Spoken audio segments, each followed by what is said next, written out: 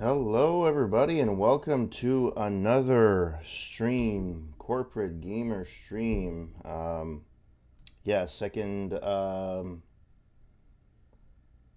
night streaming here.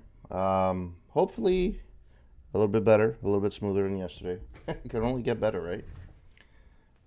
And I also know that I'm streaming while there's a hockey game on, so I'm not expecting a ton of support nor discoverability. Um, I'm just doing this for the fun of it, so that's it. Let me change. There we go.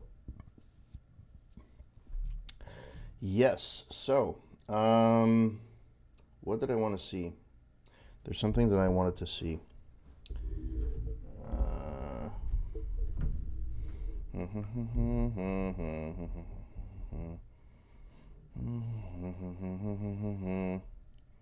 Yeah, look at that. The Montreal Canadiens are winning 2-1. Oh, it's 2-2 already. Jeez.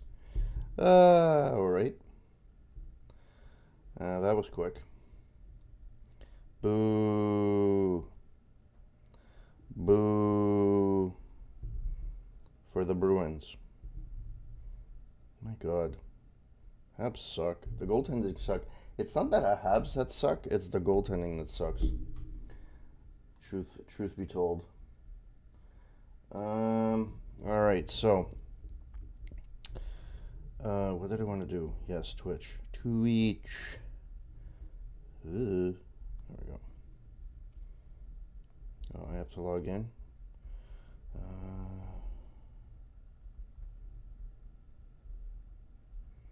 I was trying to delete, so I deleted my profile this morning for Twitter. My original um, my original oh, come on, account, not my corporate gamer one, but my original one. And yeah, it yeah, skip tutorial. Yeah, so I skipped that, and I deleted it. It took me forever to delete it because I couldn't retrieve my freaking account.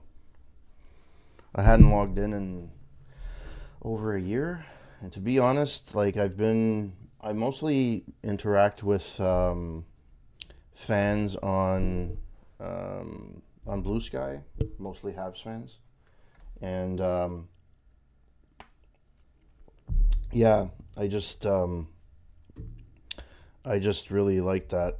Now, yesterday I tried to do something and it didn't work, and I don't know why, or at least in the video it didn't come back. I don't know if I put um, a video. Let's see.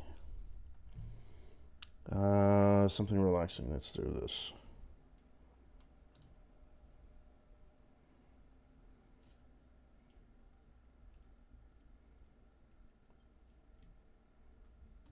I want to lower this a bit so my voice does come on top, but at least there's like relaxing music. I'm gonna try and do something else in this. What's this one like?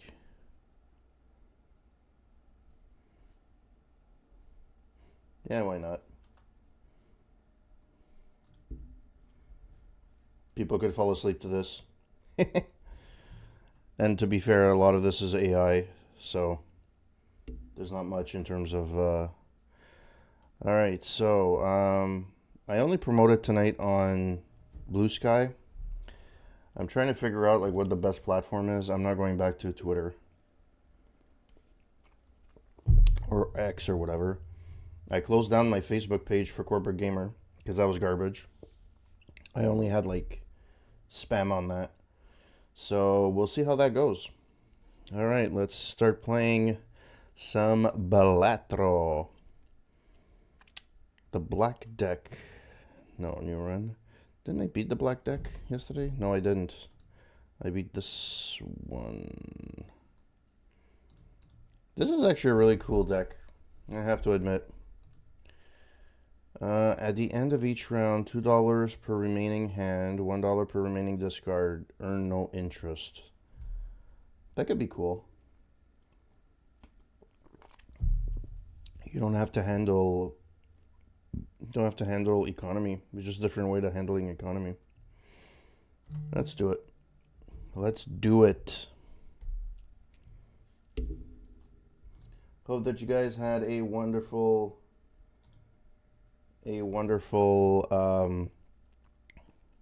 day or night. I'm gonna see, actually, before we start,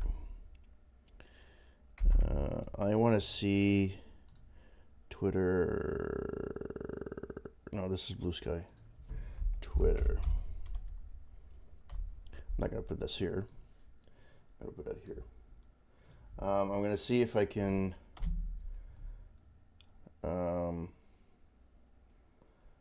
That's fine. Login, corporate gamer 9. The password, I think, is what. Sorry for that. Sorry for the barbarious. Yeah. So let's do this.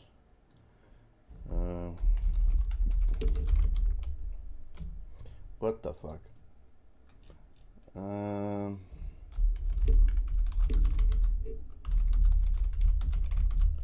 Streaming for the first time in 3 years. Streaming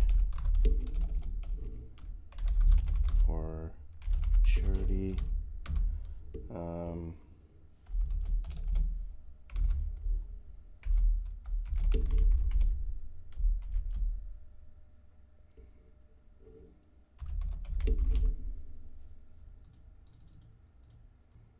Does the Montreal Children not have... That's really weird. Montreal Children Hospital.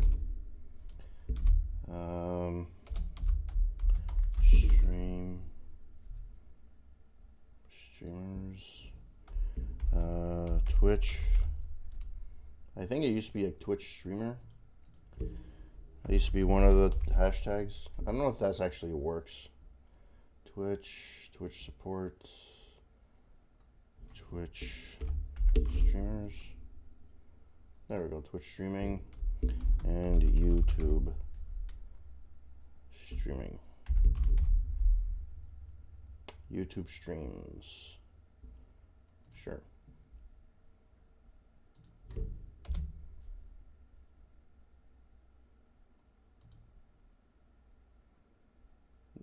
Oh yeah, I would have to put in my my ever so popular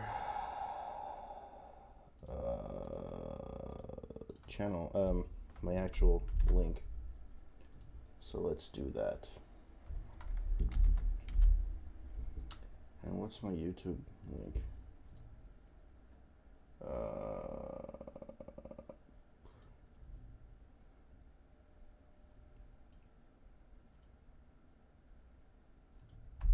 Yeah, there we go. Let's go back. There we go.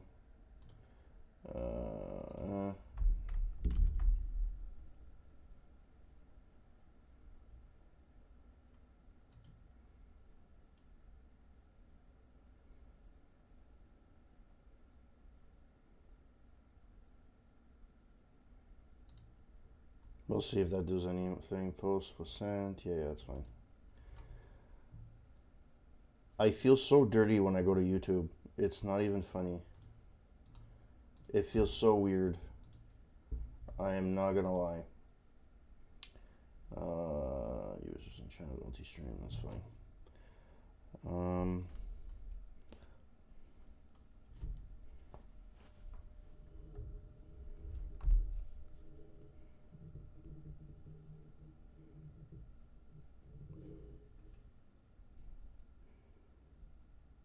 Testing 1, 2, 3.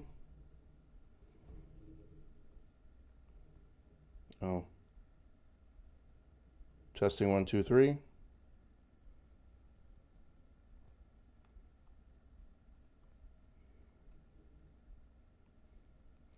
Hey, Montreal scored again. Yay. Um, Cole Caulfield with the hat trick. Maron. The guy is on a Twitch stream. I'm wondering if anybody can hear me. How do I test that? I guess I can test it on my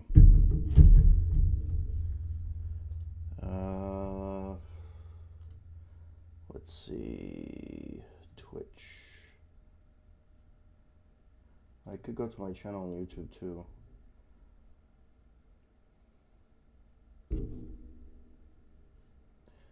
I will put the music a little bit lower, but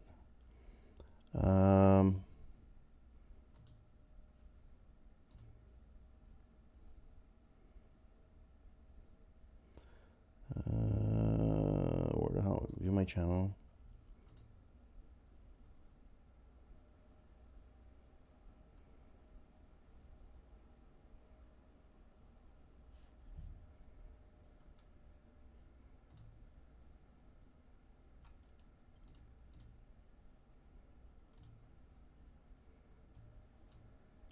Curious to see if the music would still continue if I put.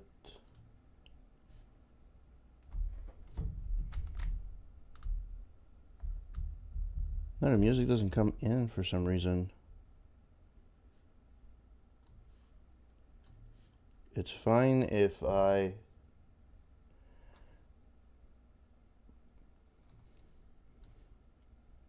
But it doesn't seem that YouTube.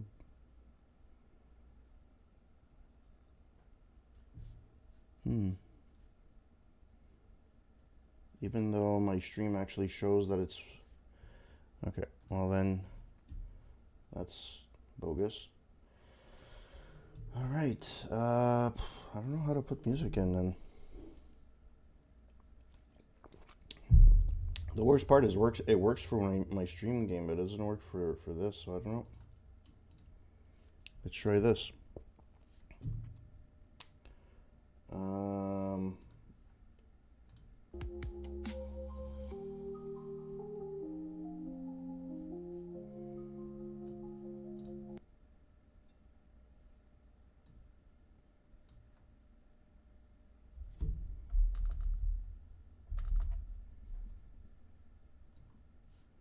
It's as if it doesn't come in.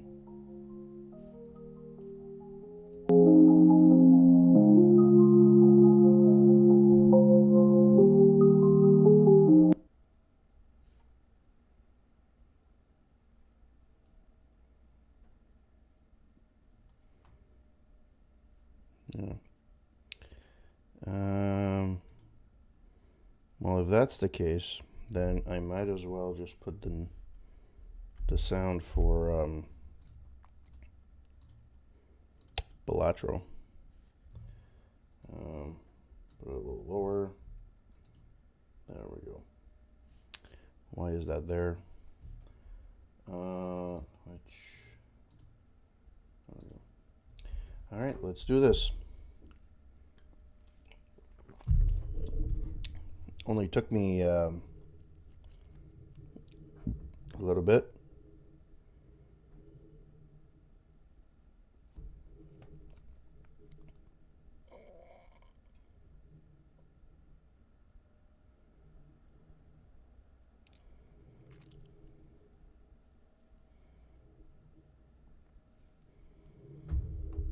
All right. Oh, why am I not hearing the... Okay, now I'm hearing it. All right. I'm going to lower it on my end because it's a little loud. All right. Straight off the bat.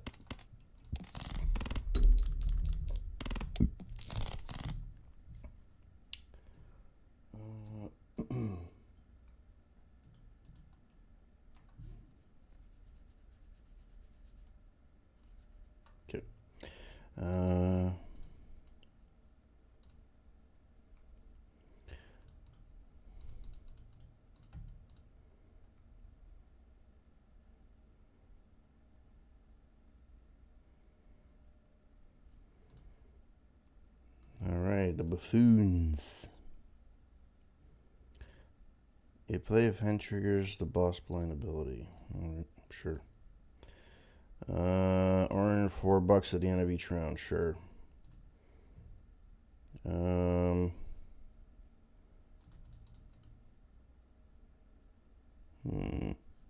King, Queen, Jack, 10, 9. Yay.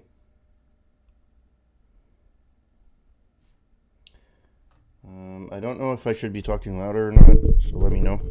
I'm trying not to talk too loud because my kids are sleeping. So, tarot. Let's choose one of the buffoons. Fuck, that would have gone great with,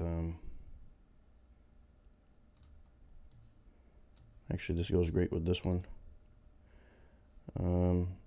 So this gives me money. This is a plus 10. This is a 0 for now, but it's going to give me something at some point. Okay, let's do this. Glass card.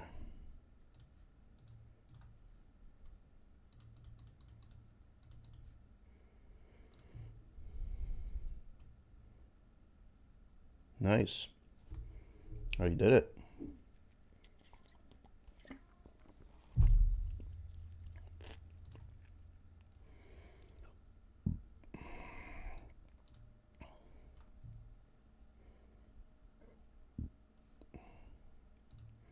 This never works. Yeah.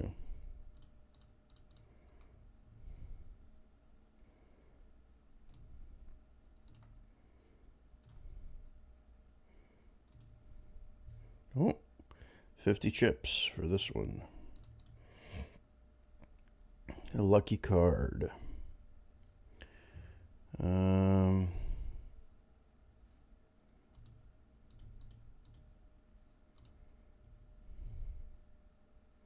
Oh, geez. I didn't even think I was going to get out of that round. All right.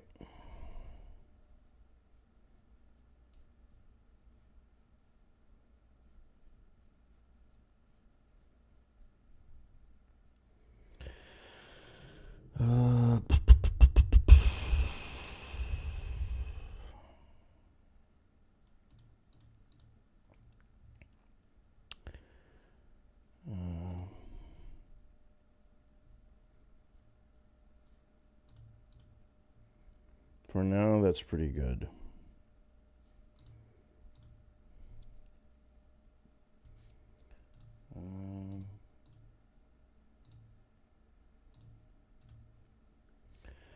All right. No, that's not what I wanted. I still managed, but that's not what I wanted to do.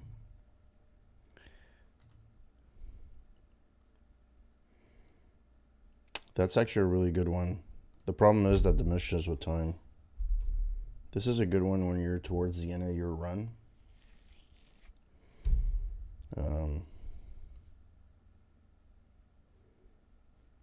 Yeah, let's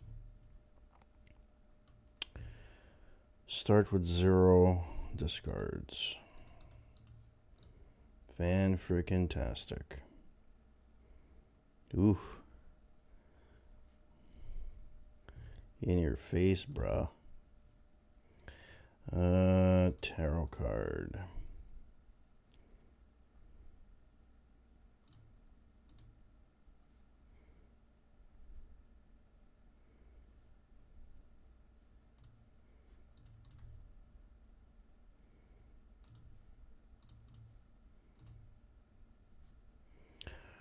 $10 chips, 1 in 5 chance of a plus 20, and 1 in 15 chance of $20.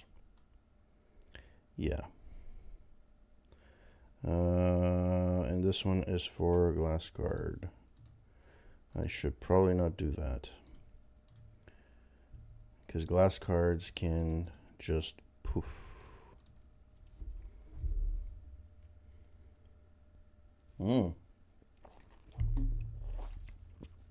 That was pretty intense.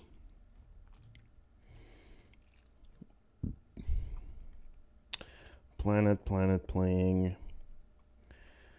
Anything that's suit related is not really good, in my opinion, anyways.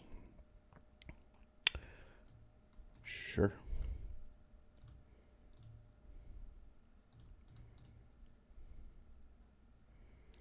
All right.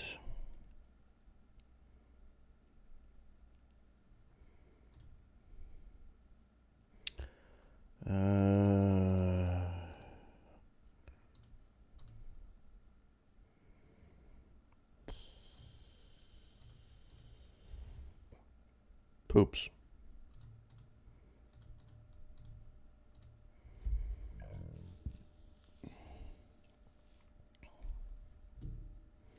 The only thing that would really be good, and I would remove it, would be the faces being rebuffed or that one I would do.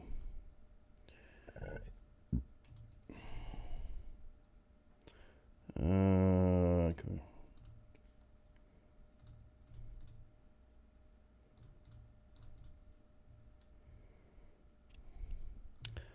Next round.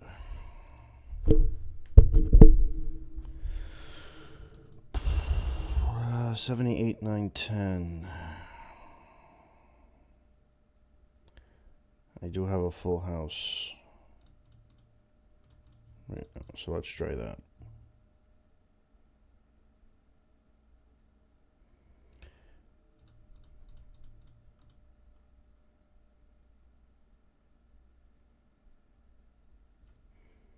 I need to spruce this up a bit. This is uncommon. Yeah, this one's uncommon either.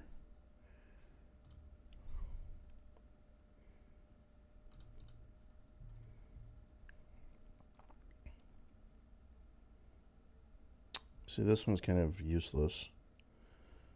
Okay.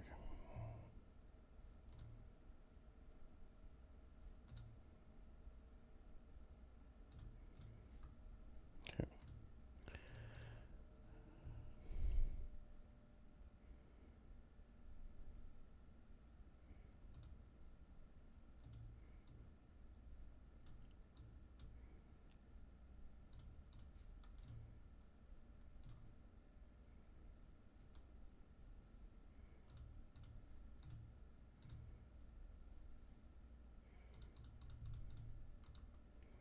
Let's see if that works.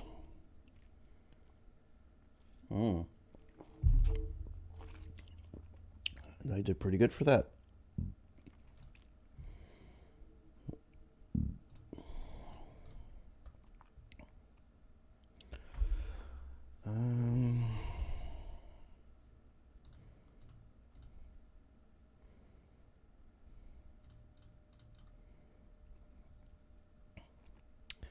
DNA is good. Earn $1 for each 9 in your full deck.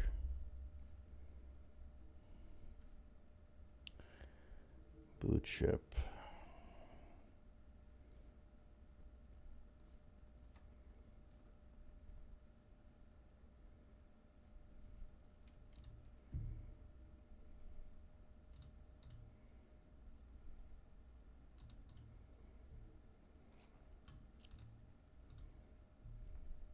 Oh yeah, I forgot to put this in the chat. And I don't know if this is going to work for both, but we'll see.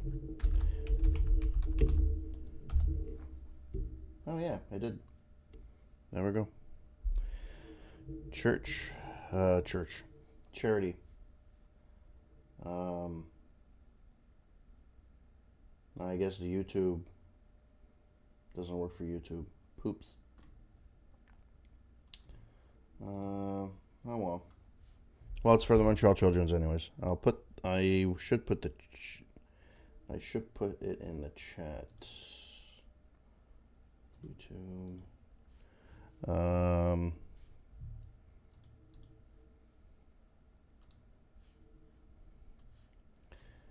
Put it in the tube. Everyday Twitch fundraising. There we go. Copy. And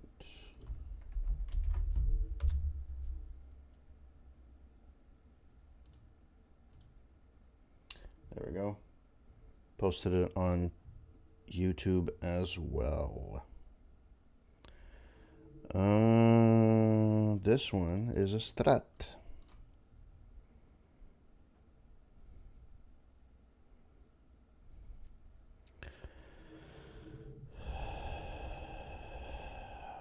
Fuck.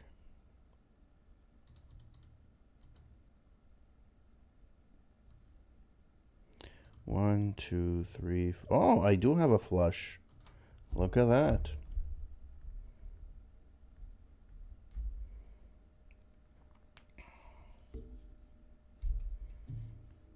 Nice. This is good.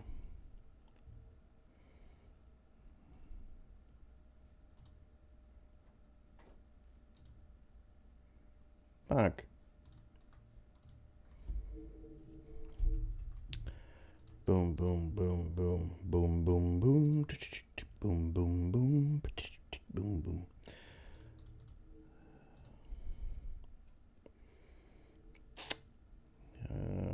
Boom, boom, boom, boom, boom. Should I do that or the flush? If I do the straight,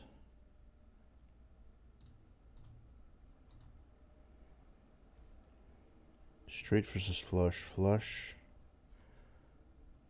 straight. I'm better off with the flush.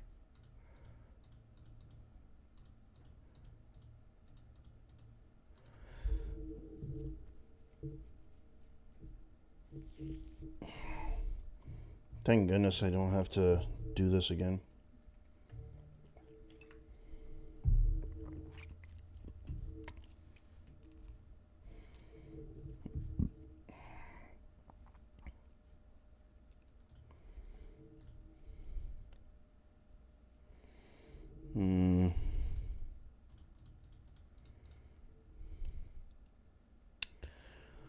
Fuck.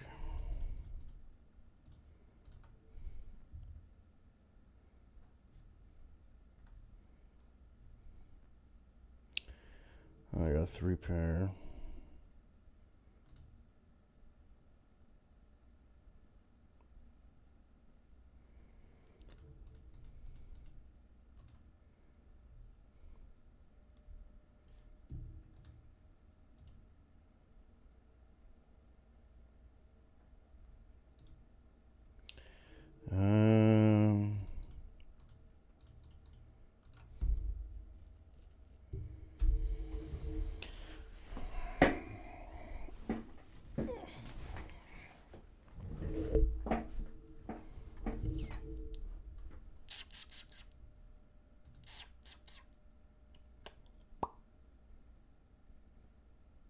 Oh yeah, my channel shows the both chats. Yeah, that's why I see it there.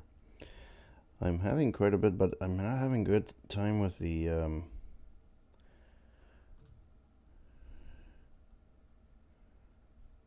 like, come on, give me something.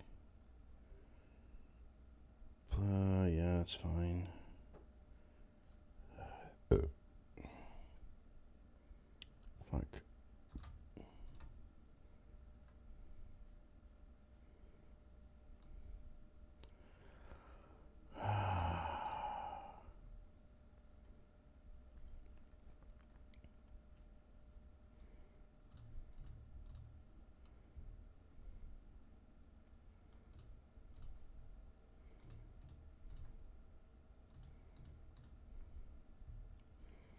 Is this okay or should I move forward? Because this guy is interesting. I don't need this guy anymore. So let's do this and see how that works. Let's remove that. All right. If you insist.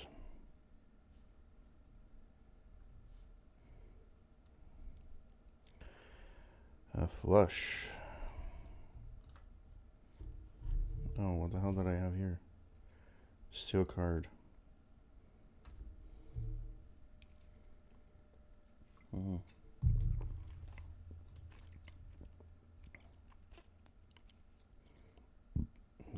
That's not useful.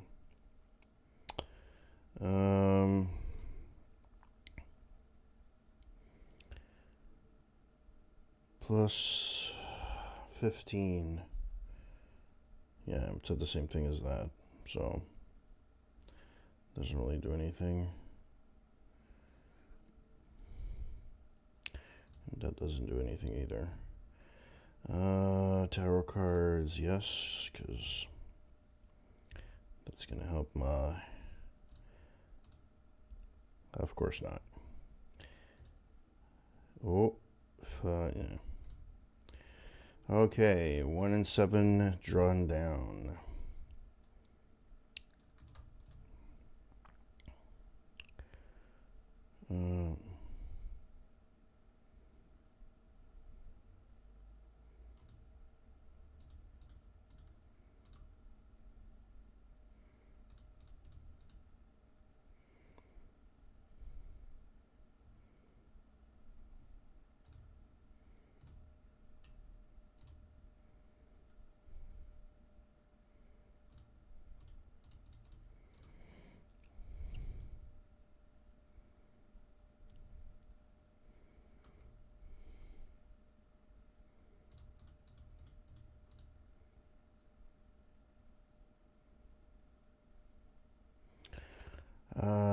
This is gonna suck.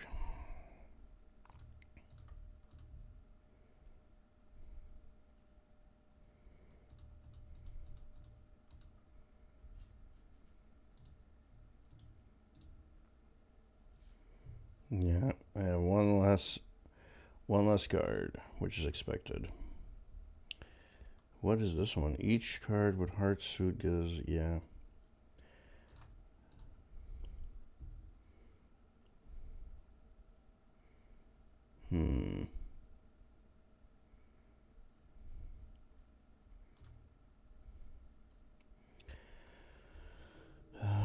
Prevents death if chipped. Yeah, that's fine. That doesn't do anything.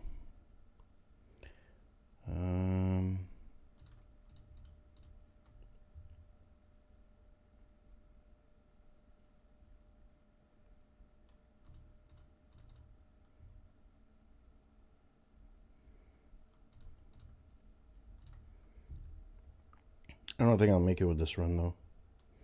I just don't have enough. I would need the one that would really be cool would be the one that re-triggers face cards.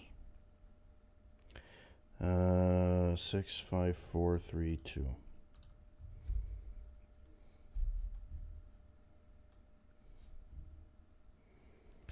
Boom, boom, boom, boom, boom.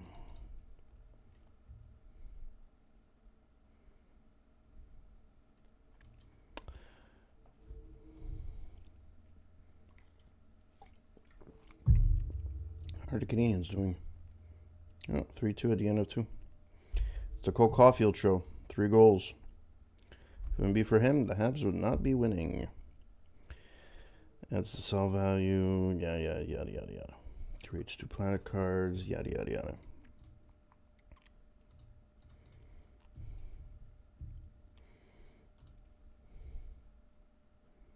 Plus 10 for 2 pair. Yeah, that's fine. I got $8 anyways. And I get the plus 10. Steel card.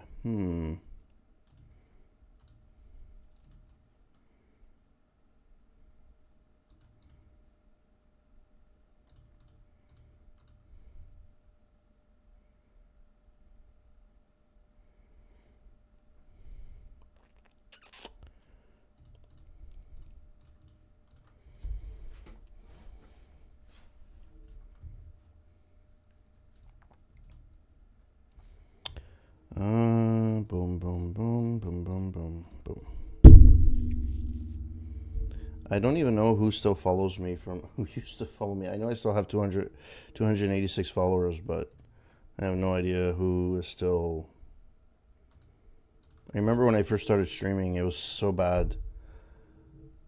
The follows for follows and shit. It'd be like, seriously?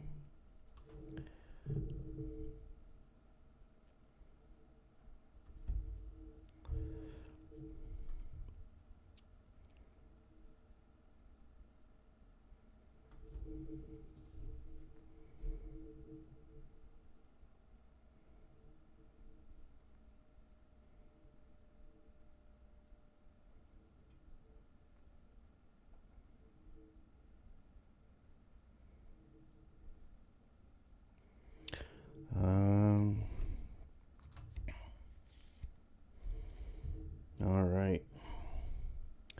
Decrease level of played poker hand.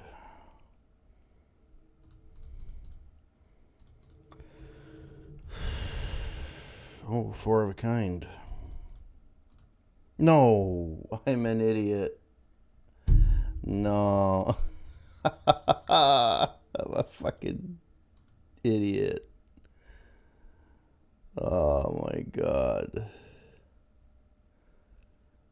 Oh, fuck me. That's what happens when you have kids and you're tired.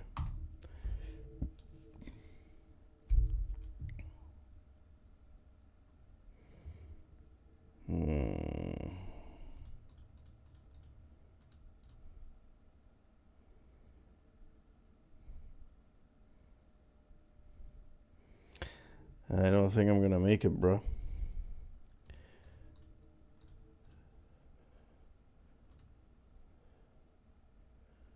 Yeah.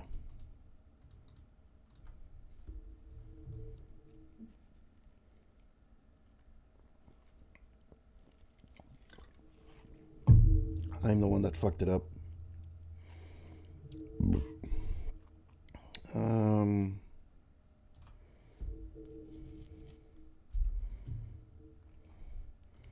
Yeah, I'm not missing a ton, but like Jokers, I haven't finished the collection yet. I'm still missing quite a few. Like these ones. Have at least 30 cards with diamond suit in your deck. Have at least 30 cards with heart. Have at least 5 glass cards in your deck. I guess I can try. Let's do a new run. Let's do this one.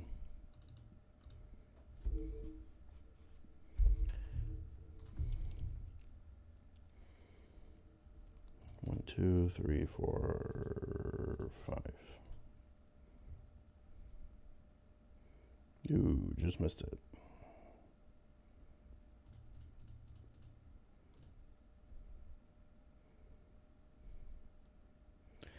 Okay.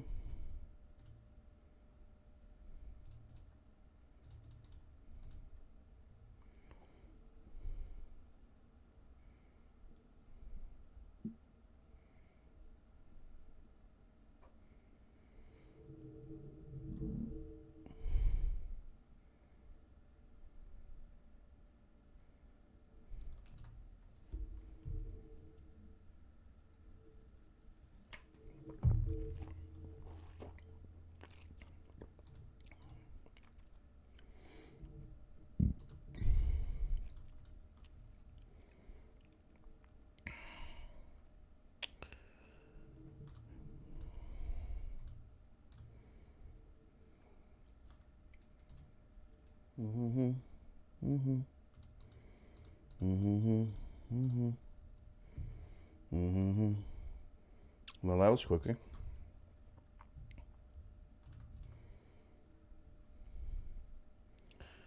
Heart. I don't like fucking hearts.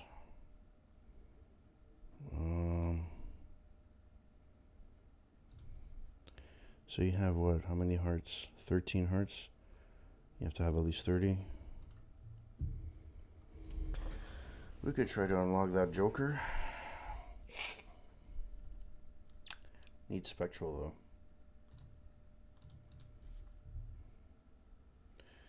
though. Must play 5 cards.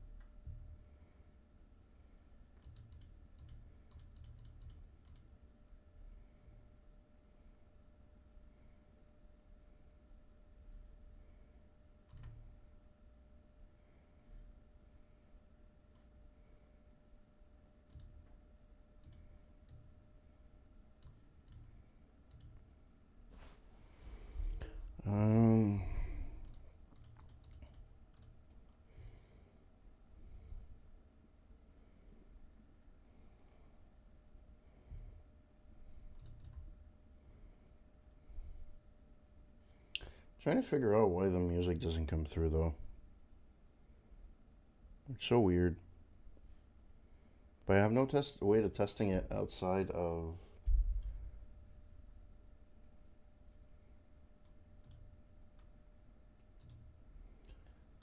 this, like looking at a stream and shit.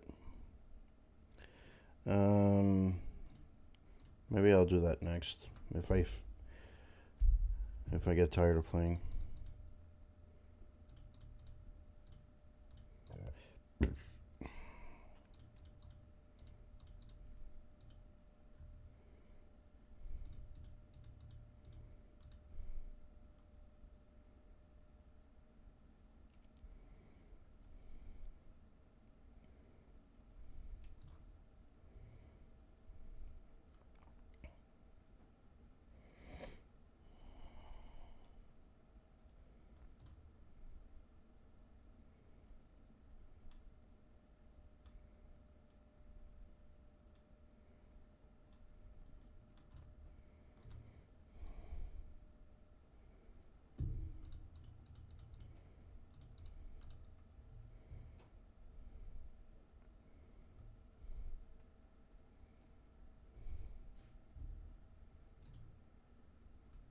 Hey, Kenny, how's it going? Sorry, I missed your message.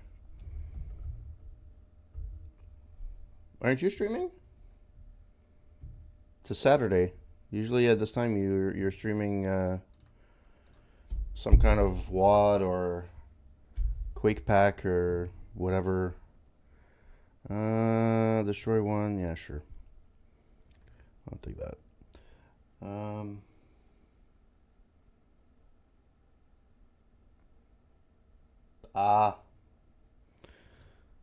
Yeah, I haven't really. I've been, I've been pretty disconnected from streaming, even watching fellow streamers. Like I know I popped into your stream like about a month or two ago, and it was like pretty cool. And I kind of missed it, to be fair. Like, there's a couple of streams that I legitimately missed. You would be like on my docket, like on Saturday night.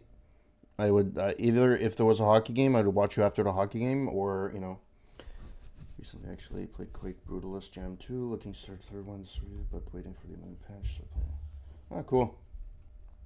Yeah, it used to be my my go-to, and as I was actually thinking of you because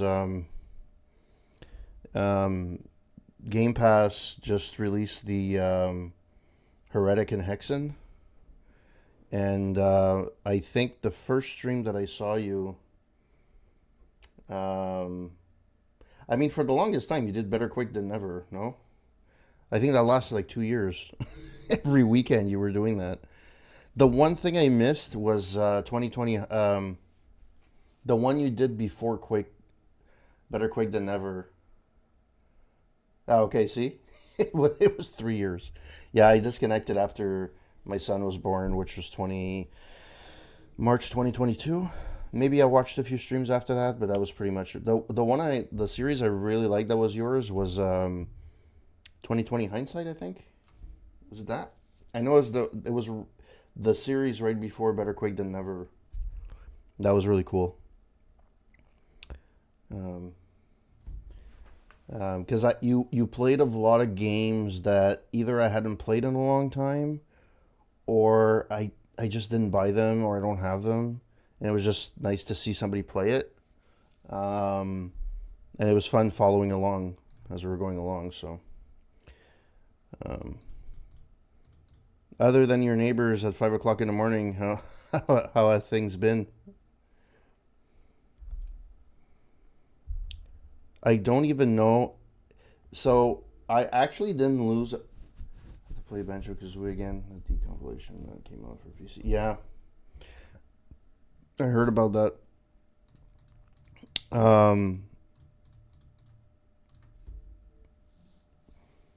There's a couple of the games I've played since. Well, there's been a lot of games that I've played since. I hadn't stopped playing games. I still played games. I just didn't stream.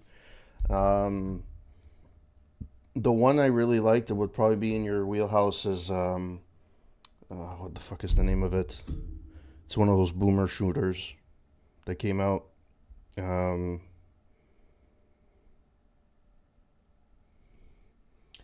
Family's still doing good. I'm extremely fortunate to have a job I like. Oh, that's cool.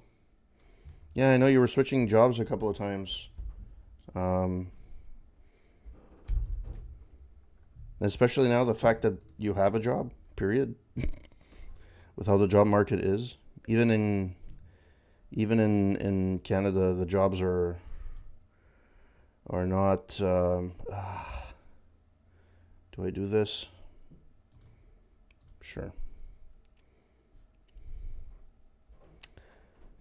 Okay, so let's do this. I stumbled across a really good opportunity that I'm surprised I selected for, but glad that I wanted to. You know what? There's I think I've mentioned this story already before. So the company I work for, I've been working for them for 4.5 years now. And before, so my last job, basically, I didn't last long. I lasted like 9 months. And the reason for that is they hired me to build a training department from the bottom up. I'm like, okay, fine. But then 9 months later or 7 months later, the first or second day back from holidays, they fired pretty much my whole team. My fellow trainer, my documentation specialist, my manager, and my VP. And they left me alone. I'm like, okay. So I was like, yeah, I'm not going to stay here because I'm going to be paying the price. So what happened is that I started applying. Whatever. The ball was in my court because I still technically had a job, so I could still be selective. And I went into the process of two's particular job, the one that I'm at right now, and Shopify, which is actually I really wanted to work there because they basically work from home. They don't technically have an office. Um, and I worked in the payment industry, so I was like, oh, this is really cool, you know. So having said that, I applied, and the way for Shopify, which is insane, they have like I had 7 interviews. So the process with Shopify started before this current job, and it finished after I got an offer from the current job I have. All that to say, at the end, I got to the 7th interview with the team I was supposed to work with, and it was the most awkward interview I've ever had. Cause so it was basically meeting the team that I would be potentially working with, which I said okay, and as a question to them. Now keep in mind, one woman was maybe, I would say maybe late 20s. The other one was maybe in their late 40, early mid 40s, late 40s, maybe early 50s. So my question for them, like I asked them, is what do you do for fun? Meaning, like, what do you do for hobbies and stuff like that? I think they misunderstood the question, or they mistook the question as like me trying to pick them up or something. It changed so bad. Yeah, but 7 is way too much, man. I'm sorry. Like, I went through everyone, and the way that Shopify works is really weird. Yeah, yeah, it was pretty intense.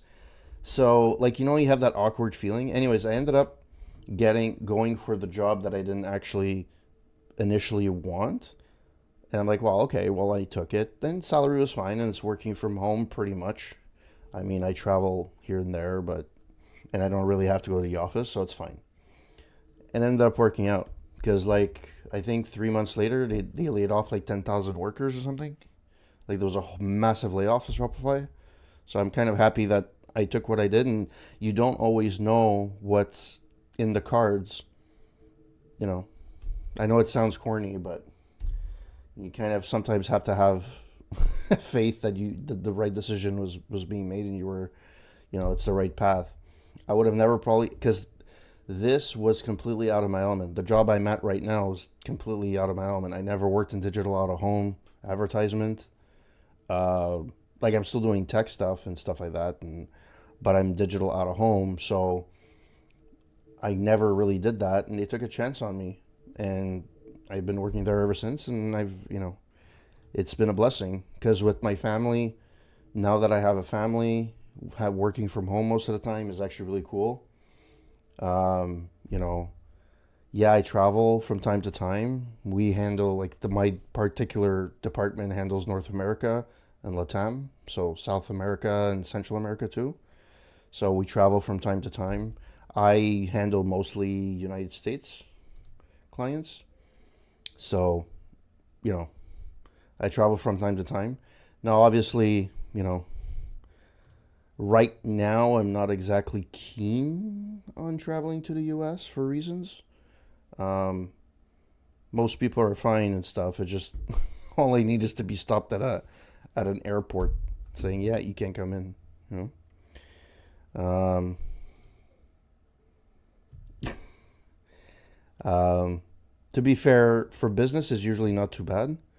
Business, you're usually well, like if you have a letter from the company you work for and they attest what you're doing for it. Usually, it's pretty good. I just that I don't want to take you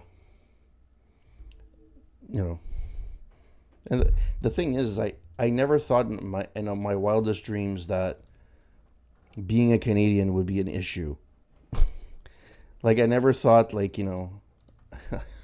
would be I would be doing something um, that I have to like go in the States and have to be like weary about going. So, and actually, funny story, the not the last job I had, two jobs ago. So the job I was there for like 10 years in payment industry, they actually moved their head office from Montreal to Jacksonville right after I left, and I was like, yeah, I don't think I'm gonna do that. They seemed to be leaning towards that at one point, and I was like, yeah, I'm not doing. They paid people to relocate and stuff, but from all places, like if I would move in the States, I would not move to Florida.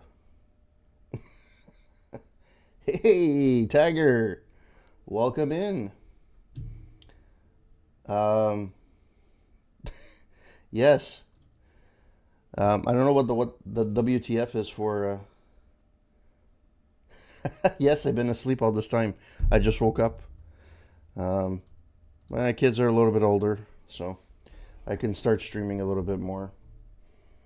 I kind of, it's the thing. This is the weird thing. Like, I don't miss the discover discoverability part of streaming because it's pretty unless you built your community already. It's not easy to be discovered anymore. But I did miss the actual streaming aspect of it, and I missed seeing my fellow streamers. And to be fair, like there's people that have been followers of mine that I became friends with. Wasteland, Ruckus is one of them. Um, Avante Guard, Psychosis. It's all people that I still keep in contact with, and I text periodically. So, I've if anything, from my first stint in streaming, now the goal here is I'm only streaming charity stuff. So my streams are mainly geared towards the Montreal Children's Hospital. And for those who would like to know, I guess I could do it on the Twitch one. It's the Montreal Children's Hospital, and I used to do charity streams only in December's for the longest time. I just gave up on freaking doing any money on streaming. Even the little bits I used to get, like yeah, it paid my hobby, but it wasn't enough to freaking pay for anything.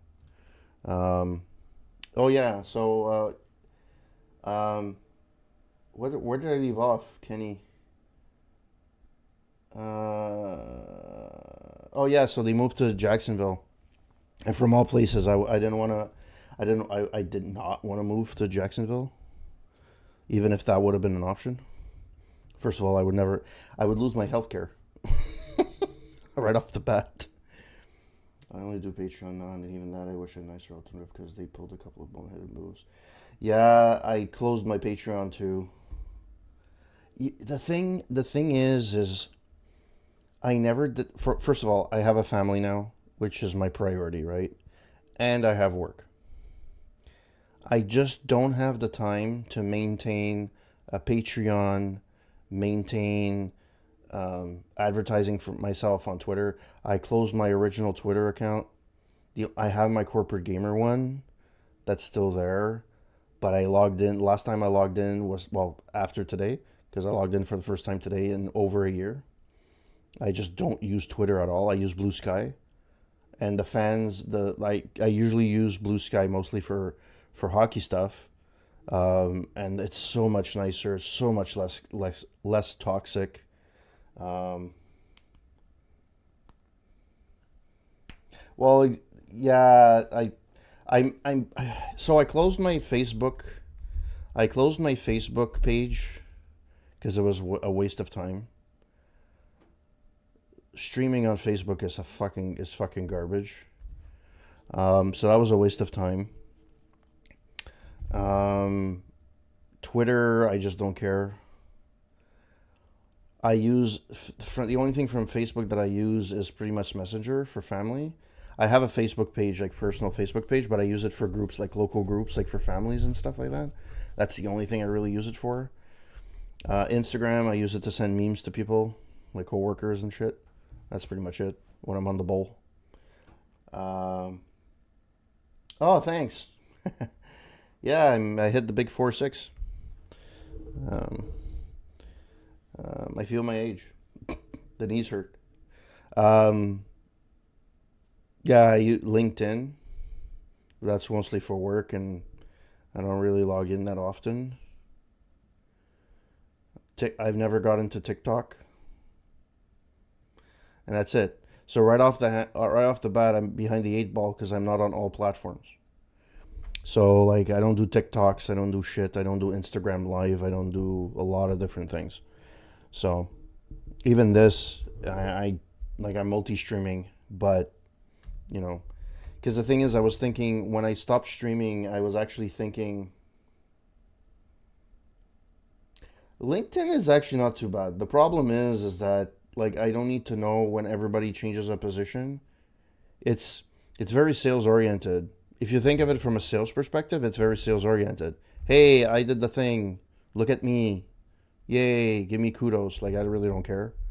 I use LinkedIn mostly for like openings and stuff like that. Because sometimes companies, majority, for for the most part, they'll go on LinkedIn, um, and then they'll do the other sites. So I kind of that's kind of what I'm doing. Yeah, well, the thing is, I'm at an age where I don't like I yeah, I jumped on the Facebook bandwagon when it first started. I was maybe in my late 20s, probably. It was like the late 2000s. Um no, I jumped on the Twitter bandwagon. At the beginning Twitter was okay. And it was a fucking melting pot of shit. I was like, yeah, I don't want to deal with this shit anymore. Because the problem is like, no matter what you post on Twitter, there's somebody that's going to say something random like you're a racist. I'm like, okay, fine. And it has nothing to do with like, yeah, I don't like them. I don't like the Boston Bruins because they suck. Yeah, you're racist. The fuck does that mean? Like, um,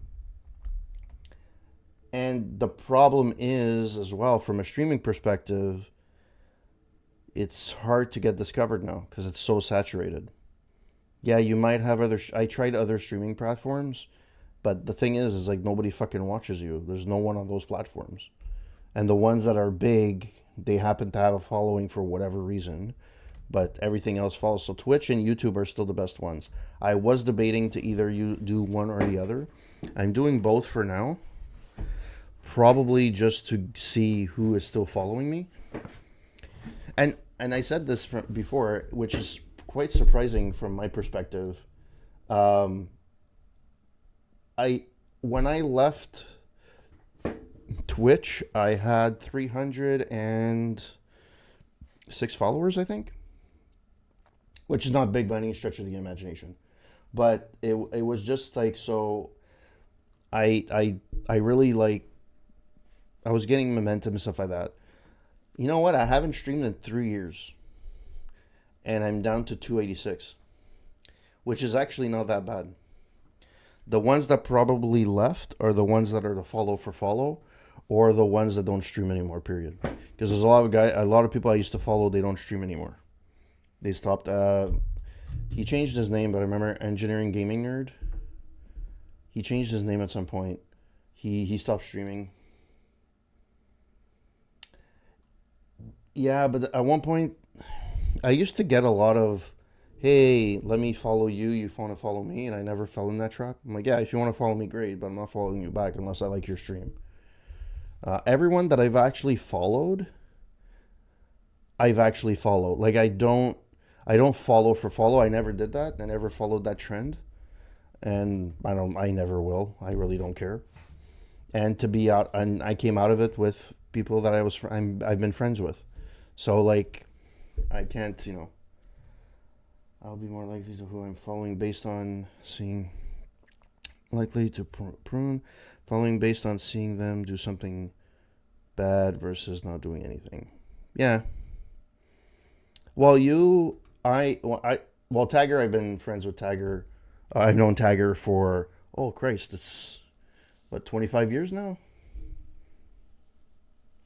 Where we worked.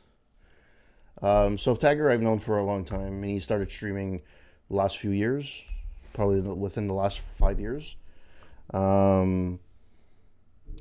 Kenny, I started watching you. It wasn't live. I caught your stream, and you were streaming Heretic, and I think it was the first few times I think you streamed Heretic, and I think you were below 100 followers at that point. It's been a while. I used to watch your streams while I used to work. Um, and there's a few others yeah, yeah, that sounds about right. Around that time. Um, Avante, Avante and Psychosis were together. I think I found Avante. He was doing I'm not really a big Leagues of Legends game player, but they were playing it. But the stream itself was entertaining. Like the guy's conversation was entertaining. I wasn't really looking for the game; it was more for the stream. And Psych was the same thing because he used to play Magic the Gathering and Leagues of Legends as well. And they had their circle of friends, and they used to join my stream. And then at one point, we started talking about wrestling and stuff like that, and we got into a huge conversation, and that was really cool. Um, Wasteland was, I think she found me. I think she found me. I think I was streaming some kind of Fallout, um, and I completely understand. I do not stream anything that's mainstream.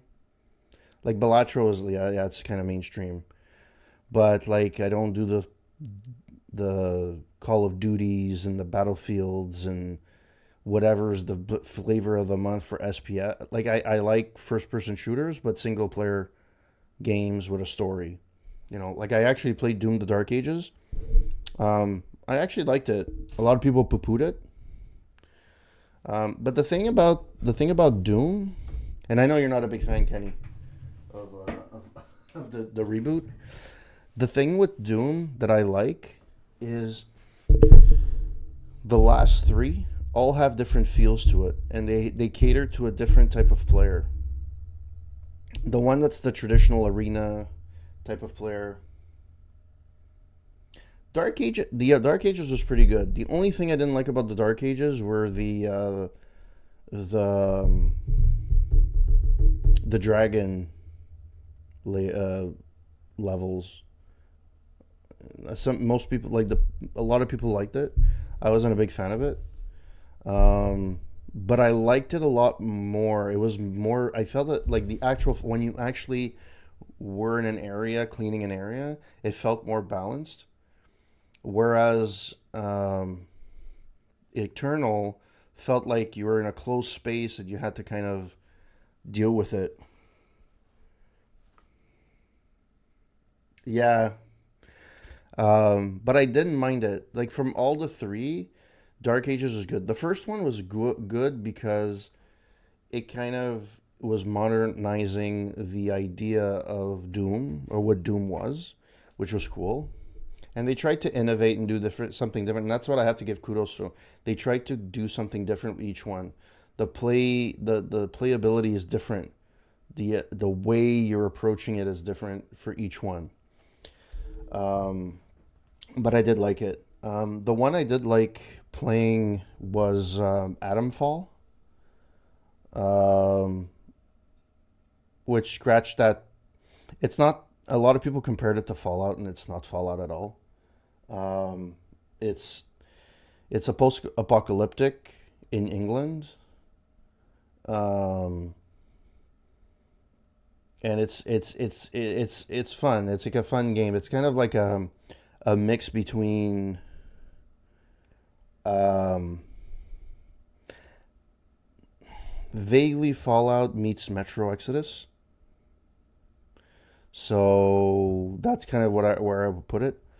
Um, what else did I play? I played Ninja Gaiden Ragebound recently. I'm having trouble with the controls. I'm having trouble adjusting it, but it seems to be fun. Nice side scroller. What else did I play? And most of my games are on Game Pass, so I haven't really bought a game in like ages. I don't remember when the last time I bought a game.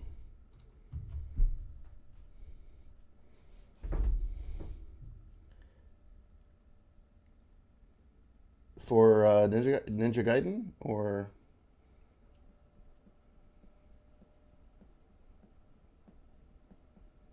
it doesn't.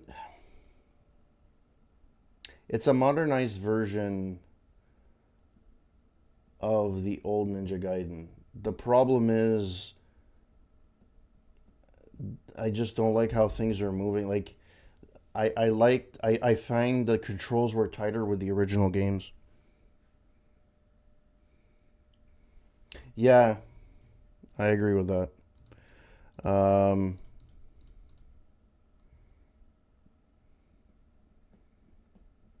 what's the other one that I played with, which was actually really fun? Marvel. Christ. It's a beat 'em up. It's a Marvel. It's on Game Pass. It's actually pretty fun. Um,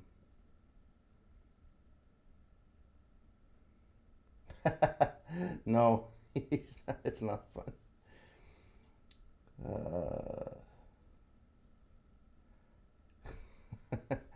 Uh, um, what's the other games that I actually? You know what? Uh, so I played Avowed. It's a fun game. It's not a. It's not. It's a game that's in my wheelhouse. It's fun, but it's not one that I'm gonna probably go back periodically. Um, I played Starfield. It's funny because I played Starfield, and the thing with Starfield is it's great, but it was super ambitious. So at one point, it's going to be repetitive. It just makes sense. It just like every at one point it just starts being more and more repetitive. Um, and then I played the Outer Worlds 2, which I told myself, yeah, that's the Starfield I wanted. It's just big enough to be able to say like it's have fun. It's about a 20 to 30 hour game. 20 if you want to speed through it, 30 if you're a completionist, maybe 35. But it's a fun game. You can get explore. It's an open world and it's great. I did enjoy Outer Worlds 2, minus its bugs. There are some bugs that are pretty intense. Like there's a couple of side quests you can't finish, even to this day. There's no patches for it. You get to the point where it's something supposed to happen and this doesn't happen. Now the good point is it doesn't kill the main story, but it does kill a couple of side quests. So you kind of shit for that perspective. It's kind of shitty. But other than that, the Outer Worlds 2, it was actually pretty enjoyable. I actually enjoyed it. Um, what's the Game Pass? It's Marvel something. Marvel Cosmic Invasion. That's what it is. That's fun. It's a old school. Is there any? There's no pictures. It's an old school beat 'em up. Think of Final Fight type of, but with Marvel and powers and stuff like that. Um, it's actually pretty fun. I enjoyed it. I'm playing it on the Xbox because I find that's more of an Xbox kind of game than a PC game. What else did I play? Atom Fall, Power Wash Simulator, which is it's really fun. You're literally just power washing everything. It's very relaxing. Let me put it that way. It's very relaxing. Um, then Mortal Kombat 1 I played. That was fun. If that's part of your thing. Started playing old school stuff like Return to Castle Wolfenstein, Doom and Doom 2, and then they have mods in here too, which is pretty cool. But the last time I played, the mods were broken on console. You could only play on PC. Outer Worlds 2, Heretic Hexen, GoldenEye. They, I played GoldenEye, but it's one of those games where it's if you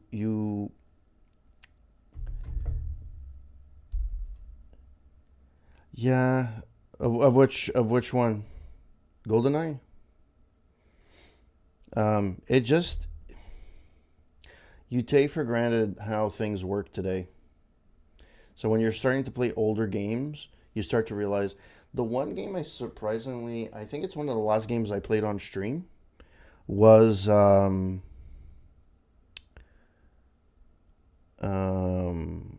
Fear. The first Fear. That was surprisingly really good, and it holds up pretty well. Um,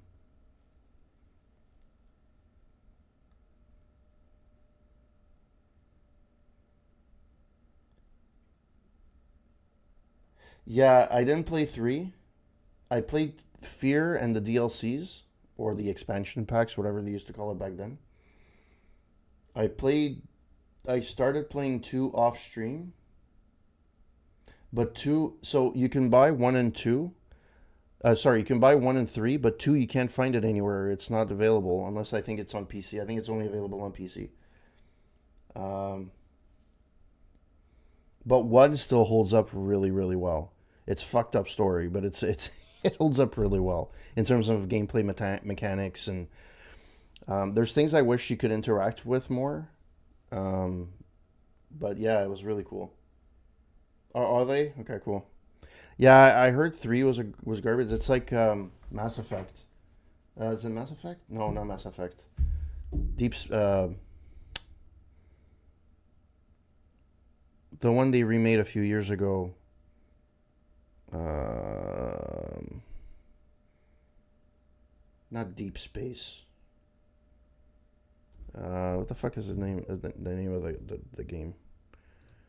Um,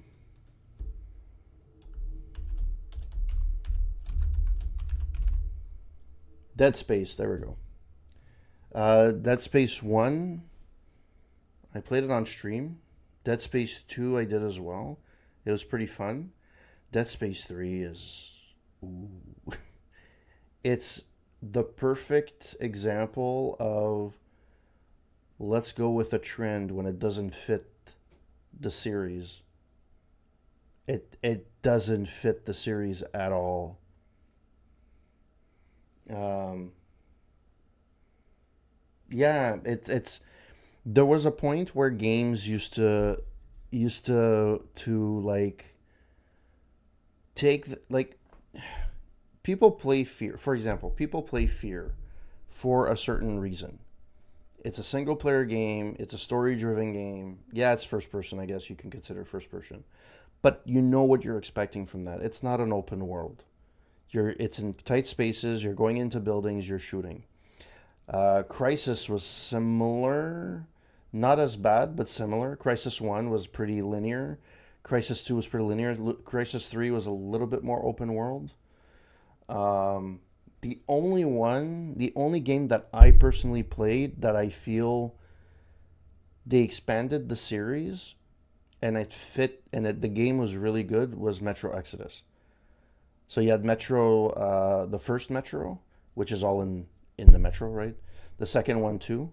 You go out a little bit more. I think you go out once or twice in the whole game, but the majority of the game is inside. The third one, the whole idea is that you're exploring outside. And you have four different areas, and but it was actually really good, and it looked really fantastic when it came out. I'm sure now it looks dated, um, but that one was that Metro Exodus is one that they did properly, and it was a fantastic. Like you have different endings, but I think two of the four because I did a few playthroughs of it.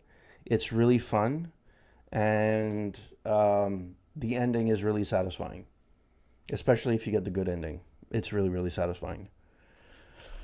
Um, I played one that's similar to Police Simulator. It's called Police. It's kind of a spiritual successor to Police Quest.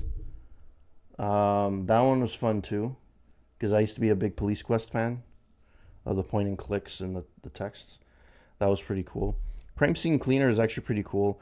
It's similar to Power Wash Simulator, but there's a storyline to it. So basically, you're a cleaner for the mob. So something happens in an area, and then you have to go and you have to clean it. So at one point, there's a murder in an apartment, and you have to be there. You have to be the cleaner. Think of John Wick when he comes back. I never got into that series. I have the original version of 2. I take it all. 3 have remastered. Uh, yes, I think they all have. They got remastered a couple of years ago. I think. Crisis 1. I remember when Crisis came out. Yeah, you had the whole thing where does it run Crisis thing. When it first came out, I remember people telling me, yeah, it's a beautiful, gorgeous game, but the story is kind of meh. I played it. I actually liked the story. It's linear. It's point to point. Like there's no open world. It's very straightforward. Crisis 2 is decent enough. It's pretty good. Like it follows in the footsteps of 1. 3, it's still part of the series, but it's I didn't find it as fun. And that's what I kind of like with those the and that's why I liked streaming because the when you're playing a game now, like, I find personally, and I try not to look at reviews and shit, but today most reviewers they ruin games because all you need is a few quote unquote reputable reviewers. IGN, for example, they say that a game is shit, and then everybody fucking rage quits and says, yeah, the game is shit. Think of Cyberpunk 2077. At launch, yes, it was a disaster on older consoles, but I could have told you that. Before it came out, I'm like, yeah, I'm not going to play that on my original Xbox One. I'll play that on my Xbox Series X. Never had any problems on that Xbox. It launched. Everybody had there were issues on PC. There were issues with previous versions, but the one I played worked perfectly fine. Never had any issues, and I wanted to play the expansion because they changed the mechanics of how things work a bit. So I wanted to see how that was, but the game was actually really fun, and they made a game that's pretty cool, and it's fun and it's enjoyable. But the reviewers bombed it, right? Like out of the box. Some of it was merited. I get it. But I don't know, man. There's games, and that's why I kind of like Game Pass. And that's why I like streaming older games. Because, for example, Fear. I didn't have the notion of having a bunch of reviewers saying that it sucked or it's great or this or that, right? I just played the game because I felt like I wanted to play the game. Nowadays, it's kind of like, oh, I wanted to play Ninja Turtles. Okay, yeah, it's a great retro game. It's great. Let's go play it. And it's like, yeah, okay, fine. But maybe I won't like it. And I feel reviewers kind of. Before you had a few reviewers, which is fine. But now you have like so many, like between blogs, YouTube channels, official channels, all that bullshit. There's so many voices out there. It's kind of like fuck, man. Uh, for uh, for um for for Crisis One, you don't really need stealth per se. You can still go in.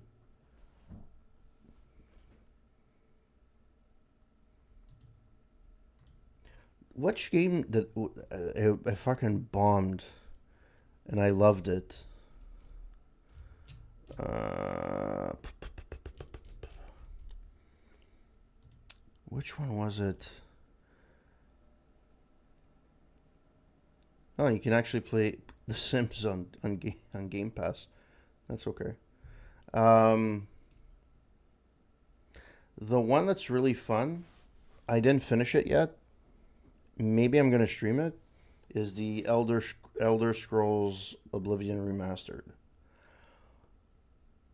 And there's two modes of thought about this. As a remaster on its own, it's fantastic. It looks fantastic. It plays fantastic. It modernized it a lot. It made a lot of quality of life improvements. It's awesome. But if you are the type of person that likes the feel of the original game,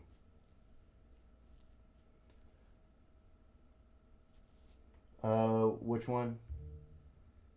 Crisis One?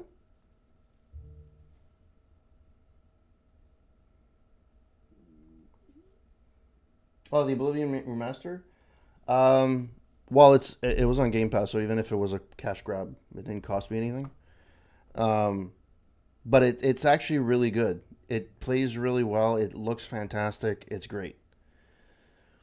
It's the same argument that people are gonna have if they make, because now I think I was saying this to Integer yesterday. Now, and I said this like at least 10 years ago when I used to have my blog. The movie industry and the gaming industry are very parallel. If you look at the movie industry today, everything is CGI. It's very little variety for the most part. And if something does come out that's outside of the realm, apparently it's fantastic, right? People rave about it. The gaming industry is very similar in the sense that you have games that have a feel to it. So if let's say I go with a series like Deus Ex, if you look at the original Deus Ex or you look at Human Revolution, it has that look and feel to it. That Human Revolution has a yellow hue to it. Fallout 3 has that green hue. Um, Fallout New Vegas has that. And what they're going to do with the remaster is to make it look hyper realistic.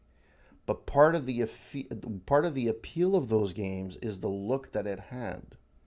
And you lose that with a remaster for the most part. It's not just an asset upgrade. It's like they kind of make it hyper realistic. And I've seen like people recreating Megaton with like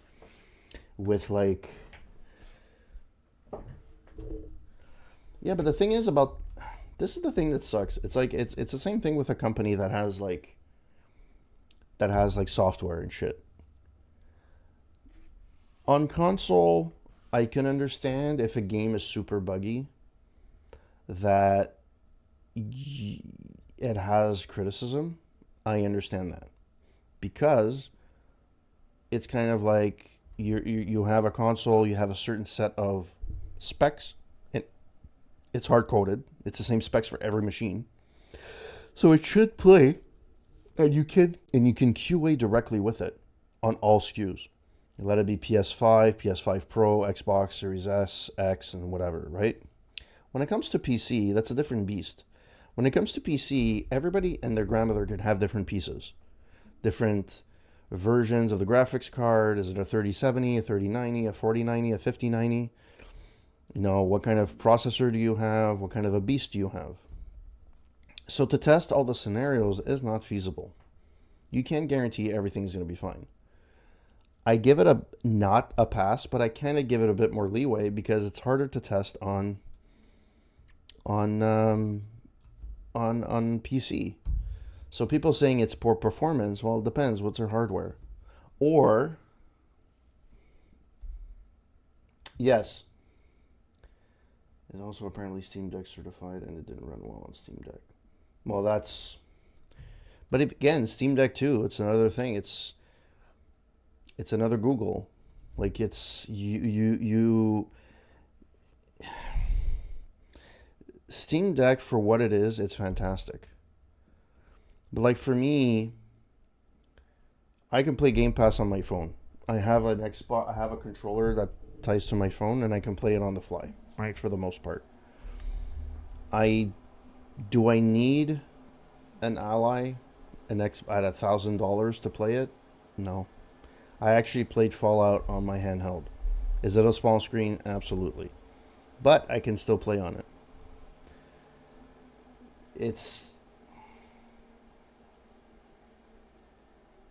Well, I noticed that the company that I work for, um, clients use media players, right, which are PCs. And basically a PC that was $199 will now go for close to $399, 400, or even $450 USD, depending on, what. Like a Nook, for example, used to be like not 200, not even $200. That same Nook now is double the price. Just the nature of the beast. So now, and this is why people are like a little bit more into retro gaming. Like, not every game needs to be needs to blow everything out of the water. Like, not everything has to be a crisis. Like, I can't run. Like, fuck that shit. I can play Fallout. It's perfectly fun. To your point, your streams, right? You're playing Quake. You're playing Doom. Old school. Even if it's WADs or whatever, they usually play pretty well on older PCs. So people are just going to play older games. They're going to go back to their favorite or go to a backlog. And to be fair, when I played the new one, yeah, the newer ones too, yeah. But the Doom ones, like the ones that use ray tracing and shit like that. Yeah, yeah. Um, like the one that they came out with recently with ray tracing, that one is a freaking hog. I know it's a hog. Uh, so yeah, there's like if I compare it to movies today, I have a tendency to not want to go see a lot of movies. The last movie I actually wanted to go see, and I did go see, was The Naked Gun. All the other movies, I'm kind of looking at it going, eh. And the reason I wanted to go see The Naked Gun is because it looked really funny, and my worry was that in the movie, like all the best parts were in the commercial, and actually no, there was actually funny throughout. Is it gonna win an Oscar? No. Is it the best comedy of all time? No. But it's a good enough comedy that it put all the other recent comedies, like out of the water. Like they really kicked them out of the water. Like it was not even. No, they did a good throwback. It was really good. It was good, done, well done. Games are the same way. Like new games coming out that I'm absolutely stoked for, that I want to play day one. It's rare. That's why Game Pass works for me. Because I can get stuff day one, but I can play what I want, and I don't have to pay for it. If it's a game that I do like and I do enjoy, that surprised me, yeah, I'll probably buy it. Yeah, actually, yeah, you're right. Adam Fall is the best example. I went it because it was on Game Pass day one. I started playing it and it was actually really good. I still haven't bought it, but it was. I'm actually thinking of doing another. You know how much is a triple A game? You know how much it is in Canada? So if I buy a vanilla Cyberpunk when it came out, or if I buy a vanilla Halo when it comes out, or not a deluxe edition, not a premium edition, it's about $100 plus tax. So it comes out to anywhere between 110 and 115, depending on which province you're in. That's a AAA game. So if I look at that from that perspective in Canada, even if my Game Pass went up, it's still cheaper for me to buy Game Pass and play what I want to play whenever I want to play it and buy the occasional game when it's on sale at $20, right? So like at $100 a pop, you know how many games I can play? That's 3 games. If I go based on my Game Pass subscription, it's about a year, right? $300, it's about a year. It's 10 months. Maybe it's 360, whatever, if you put the 12 months, right? Okay, great. I play that in about a month and a half. If I go based on retail prices when it comes out. If I go and wait for sales, yeah, it's not as bad, but I wouldn't play them day one. I just wouldn't. I'd be like, hey, it's way too expensive, and that's it. Fucked it, right? So yeah, I'm kind of, when they're saying, oh, games are 70, $80. Yeah, but your freaking budget for the game is like $500 million. Like, seriously, what are you doing? Like, I know there's marketing part of it, but come on, man. That's way too much money. Yeah, the Dark Ages is really good. The actual Doom that surprised me was Doom 64. I actually enjoyed it more than I thought I would. Um, I have to play Dishonored. I haven't played it yet. That's one that I want to play. And I'll probably play it on stream at some point. Dishonored, Dishonored 2, the Evil Within.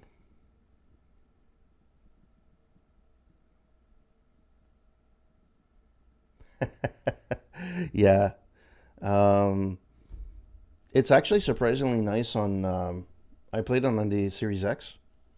It was actually really nice. Um, the Wolfenstein games are fun,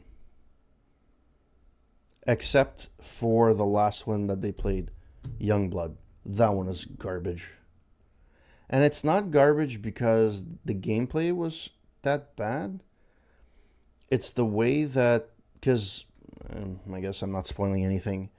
The Youngblood is basically the daughters of BJ Blazkowicz. So they're like in their teens, and it's the 80s. So it's like two teens in the 80s type of thing. Number one, they're annoying as fuck. They're really, really annoying. And number two, what I hated, so they tried to make it a little bit more open world. So you have like sections that you can, like, you can't go from one section to the other on their own. You have to finish an area, and then there's a mission that leads you to a second section, and you go to the second section, and you could, check around a bit. Deus Ex is similar to that. But the problem is let's say I go to, I don't know, for argument's sake, I go to a section A. I clean it out. I do what I need to do. I go back to my other thing, and then there's another part of the mission that asks me to go to the same place. If I go back to the same place, everyone responds, and it's the exact same playthrough. So if you go there 3 times, you're playing the same game 3 times. You're playing the same section 3 times. It's not as if the enemies change or things change, or at least, oh, because you cleared it, everything is dead. No, everything respawns, and you have to redo it over and over again. I don't know if that's a bug or the way it was implemented, but it was horrible. It was a bad experience. And the story was kind of like, okay, but it wasn't great. Yeah, you saw BJ at the end, but yeah, it had the potential to be really good, but the protagonists are just so freaking annoying. It was horrible, and I don't know how to explain it. Like it was really really bad. Um, who else?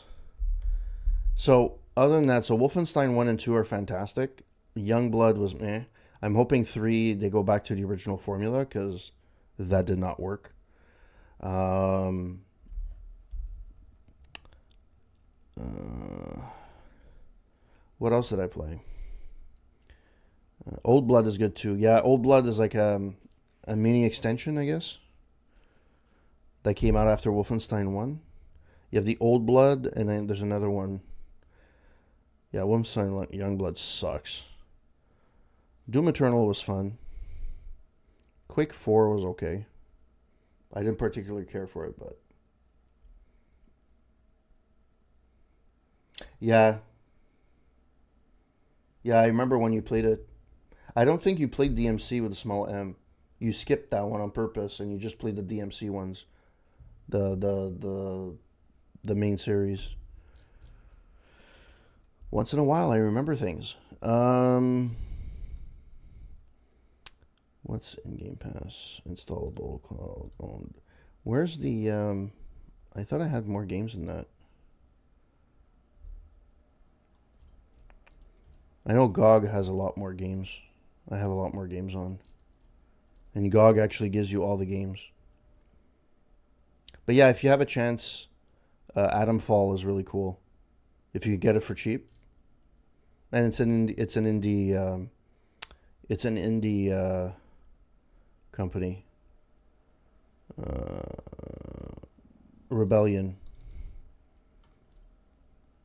and it looks pretty good too. Yeah, it could be better. Yeah, but it was fine. What's the other game that I played? Outer World 2, Avowed. Indiana Jones was really good. Ooh, RoboCop, Rogue City. That is a fantastic game. Fantastic. If you really like the 1980s, you want to walk and feel like you're RoboCop. Oh my god, it's fun. People are going, "Oh, you're too slow." Yeah, yeah, but you're a freaking piece of tin. You're a tin can, like you're a tin tank, walking. It's the same gameplay throughout the whole thing, and the they call it the DLC, but they priced it like it's not a DLC. They priced it like it's almost a mini game. It's like $40. You literally are in a building. You're going up in a building and you're fighting each level until you get to like a I guess a boss. And then I haven't played it yet, but you know what? They did it in a way. It's really cool because you have your gun. So your gun is free ammo essentially. You just reload and you're fine.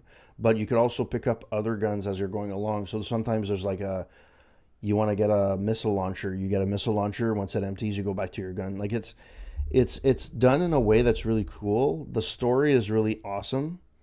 It looks really good. There's things that kind of look a little bit wonky. Sometimes you're like, it looks like it looks like an indie game, but yeah. But you know what? It's just a fun game. You don't have to think about it. It's not gonna win awards, but you know what? It's a fun fucking game that doesn't take 150 hours to finish. It takes 10, and you're done. 10, 15, maybe. If you're a completionist, it's just fun. You're going from one area. Maybe you might not like the bosses per se. They're a little tough, but it makes it rewarding, right? You beat the boss, and you're like, hey, it's the old school thing. Hey, I beat a boss. I actually succeeded, right? It's I have to say it was fantastic, and I got it on and it's one of those games that look cool, but if I had to pay it, I wouldn't have paid it. I played it on Game Pass, and I discovered it, and I actually decided to buy it. I bought it like it was like a sale, and with Game Pass, I ended up getting another 10%, so I ended up paying like $15 for it. So I have it in my library. I just didn't buy the DLC yet. Um, um, What else? So yeah, I really I've played a lot of different games. I just I find the AAA games are not always great. Um, like I don't play Destiny, and then everything that's like microtransactions. And that's the thing too with microtransactions. If there's a game, if it's pay to win, okay, whatever, fuck off.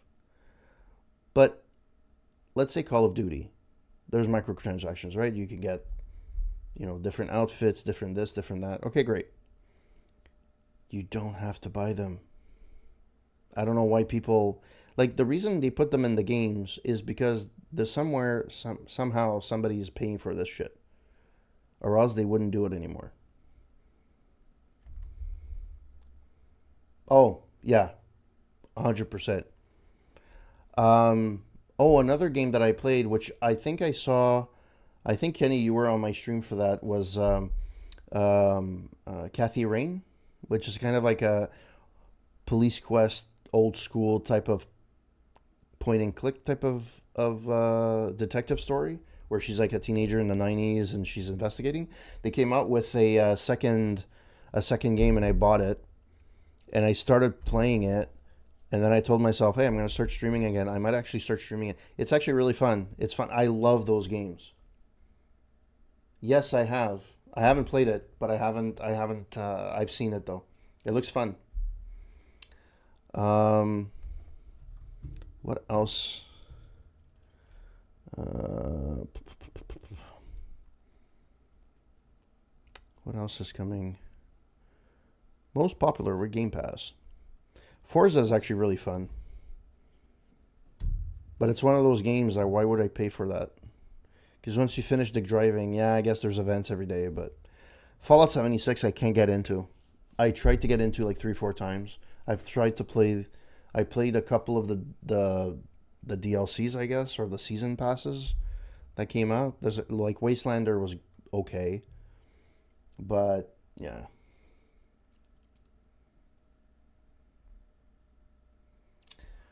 Uh, the last one was okay. This one is actually in Japan. It looks really good. And my personal opinion is, from all, if you are a racing buff, it's probably the best game that's out there. Better than Gran Turismo or whatever is out there now, and others that try to mimic it. They've actually nailed the grid games. They're fun. I think I did try all of them. I tried one or two, but like to me, see, this is where I show my age. When I was growing up, this was especially true in high school when I had my Genesis. I would play like, you know, in between studying sessions.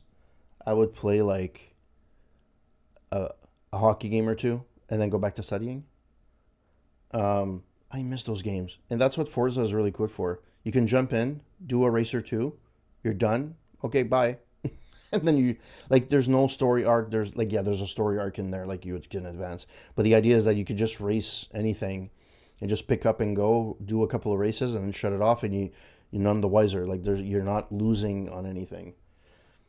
I'd be going through some arcade racing games sometimes, like Top Gear, Lotus games, and Outrun. The one I used to like, oh shit, what's it called? Um,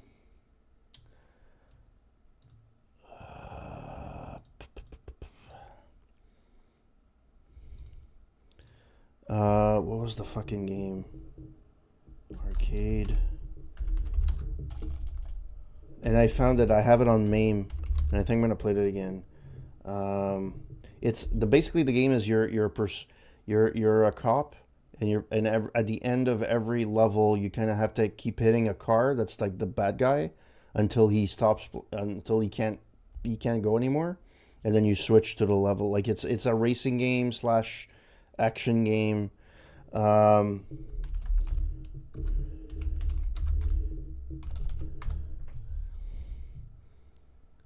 what the fuck is it called? Not Outrun. Chase HQ. Chase HQ. That's what it is. Yeah, it's this. This is fantastic.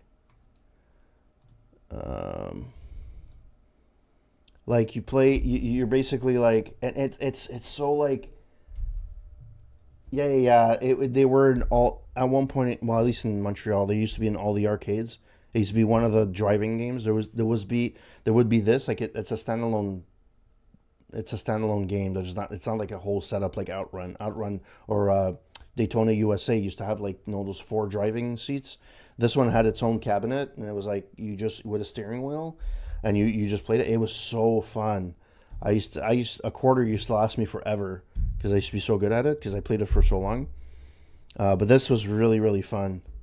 I wish they would come back. And you know what? I don't mind the graphics. Like, yeah, it's pixelated and it's old. I get it, but it's fun. Yeah, that's true. Yeah, cruising games. Um, so I miss those games like you just pick up and play. And you don't have to feel guilty if you don't move forward or anything. Yes, Rad Racer 2. I played that one too. Um, I think I played it on stream. The thing with Rad Racer, I can never get far. I think the most I've gotten is like 5 rounds or 6 rounds in. There's like one that always stumps me, and yeah, I can't. And then they had that's the Rad Racer one. I don't know about two, but the original one is the one that had it had the 3D mode where you had the glasses that you would put, and they never fucking worked. They were horrible. The pro the front the one with the problem with Rad Racer 1, like most racing games they'll kind of tell you, "Hey, by the way, you're turning you're going to be turning here, turning there or whatever." There's points in Rad Racer 1 where you're going up a hill and you can't see what's ahead of you. So you don't know if there's a turn or whatever. And you get on top and you just go flying into like the side and then you crash. Yeah. Yeah. Yeah. Ah, Jim Power. I don't think I've played that in a long time. My games. So I didn't have the SNES. I had the Genesis. So I went from Nintendo to the NES to the Genesis. I had Mortal Kombat 1, Sonic 1 and 2. I'm pretty sure that's what I had. NHL. Yes, I had NHL 94, 94, 95. I had a soccer game. I think it was FIFA. Oh yeah. Well, you know what's amazing is like people are releasing games for like the NES and the Genesis like all these years later, which is pretty cool. Um, yeah, I miss those games sometimes, like just to pick up and play. Like even Mario Brothers, you play a couple of levels and then fuck it. If you didn't want to play more, you didn't want to play more. Like it was just now games. I feel like it's an investment in time that I don't have. Like if you tell me a game takes, if let's say I would look at a Witcher, like The Witcher 3, I did it because I was on stream and I did it. It took me fudge at least 2 months of streaming, and I was streaming it like 2 3 hours at a time, 3 4 times a week. I can't do that. If you give me a game like that, it lasts me a year. Like I'm never gonna get through it. I just don't have the time. Maybe now we're streaming, it might be a little bit different if I stream a little bit more, but I believe it does. I'm not sure. Uh, yep, apparently. Mega Drive. Well, it says Genesis Mega Drive, but So I guess it's for both. Yeah.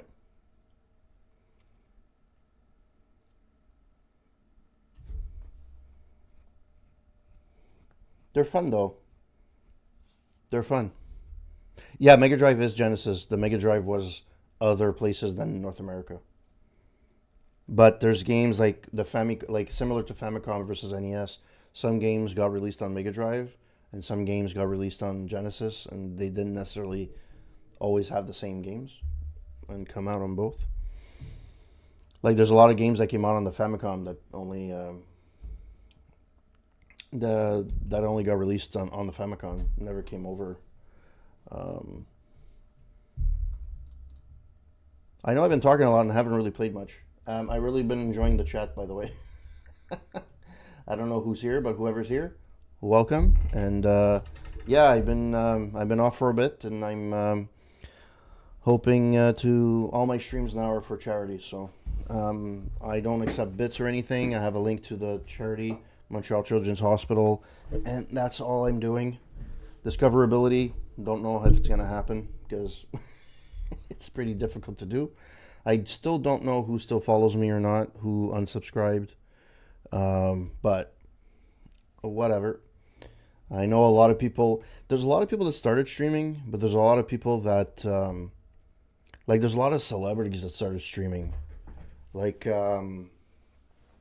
Tristan Hayes from MacGyver, and she got into streaming, doing all random stuff, and then at one point, myself included, had tagged her at some point, saying she would play the one of the girls in Cyberpunk, and then she started playing. I think she's playing through the game now. She's been playing more and more online. There's a lot of people a lot of celebrities streaming, and now there's a lot of like outlets streaming, like news, whatever, and they're on YouTube, they're on Twitch, they're on this and on that. So to get like on top of the heap and to get discoverability, it's fucking garbage. The only way really from a grassroots perspective is to have like raids from people that follow you and they like your stream, and then you can maybe build something from there. But to actually be on be on Twitter or Facebook or whatever and promote your stream, it's not gonna do jack poops. Although it doesn't help to not be streaming for 3 years. My little bambino is my daughter is already 5, and when my daughter was born, right before my son was born, no, right before my daughter was born, I went through all the Gears series, and then I came back. I think 6 months to a year later, I played for a little bit until my son was born. And I think that's when I played Fear. I played through Fear. Yeah, that was for charity. I played Fear. I would have to go back and play it. It was actually pretty fun. I started playing Fear 2. I think I played the DLC Extraction Point. I don't think I played the second DLC. And then I was gonna play 2, and I just didn't. I stopped streaming at that point. And I figured my Twitter feed would have been like, my Twitter follower count would have been that much lower, and considering I think I was at 1,000 and went down to 850, which is surprising. I didn't think it was gonna be that high, all things considered. Even Twitch. Funny enough, my YouTube channel got more subscribers since I haven't streamed. And Twitch, even though I lost like maybe 20, 25 followers, it's not that bad in the 3-year span. I'm assuming those are mostly people that stopped streaming and deleted their account. I had one Patreon member, and he stopped paying 6 months after I stopped streaming. I even forgot that I had a subscriber because I took out Patreon on my phone. And then I realized, I should probably remove that. And he stopped paying at one point. I thanked him, but I never saw him again. All right. What time is it? Hey, the Montreal Canadiens, they lost 4-3 to the Boston Bruins. Yay. All right, so let's go and is this the beginning of a run? I think so. Let's do this.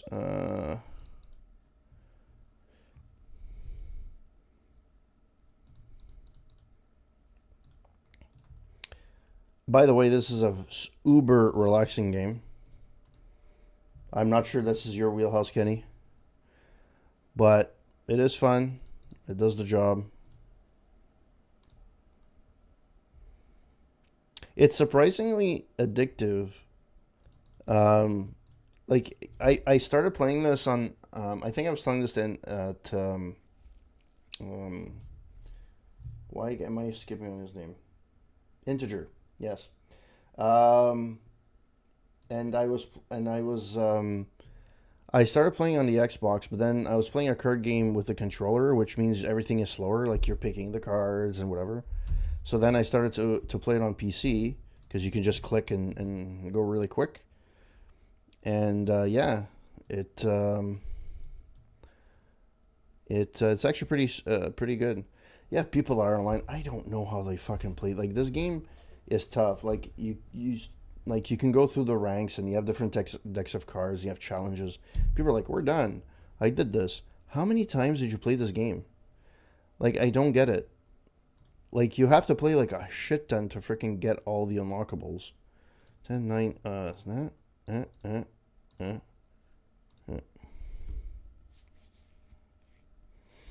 Boo! I didn't finish it.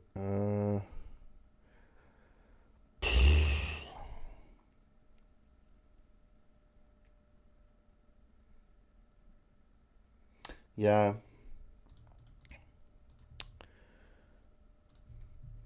and I'm not the best the best guy to play this game either. There's a strategy you have to go into.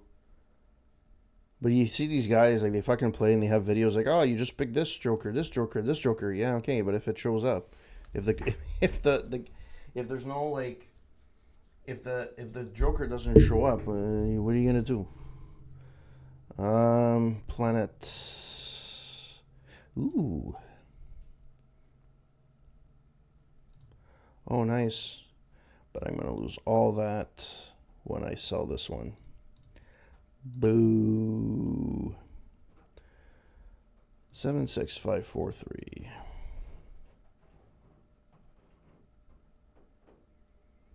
Do. So what are you guys up to? I know Kenny, you've been enjoying your job and streaming's been going. Haven't checked. You must be doing pretty good with followers. You were getting consistent. Are you still doing the not the boomer shooters, the like on Tuesdays you used to stream with other guys and used to play a random game every week or every month? You still work at the same place, Tiger?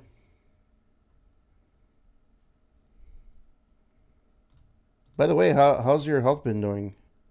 I know you had a health scare at one point.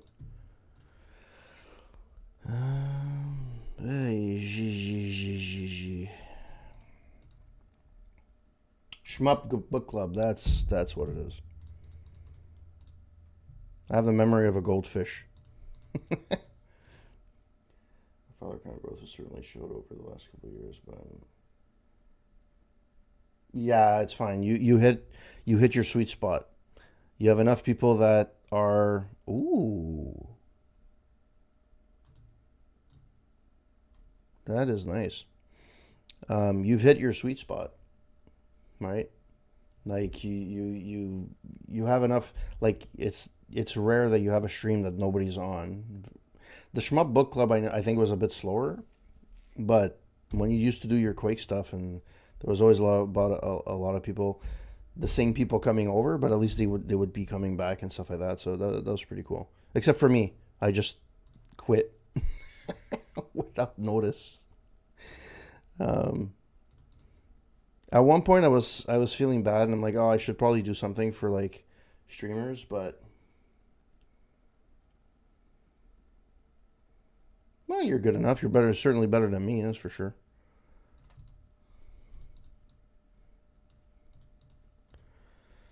Uh,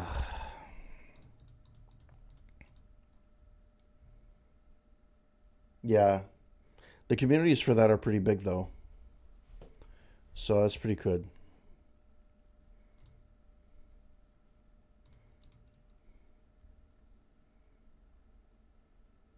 Yeah, well, your streams have always been entertaining. Uh, no, creates two copies of one selected card in your hands. Nice.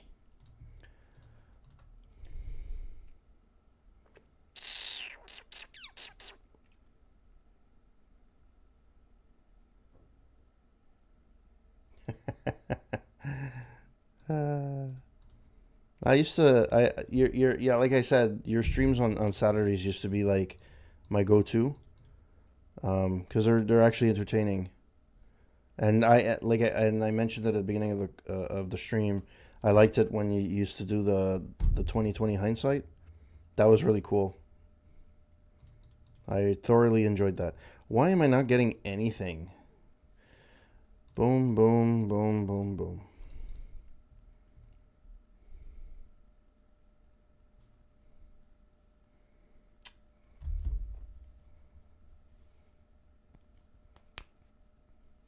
Yeah. Well, actually, the guy I worked with, um, he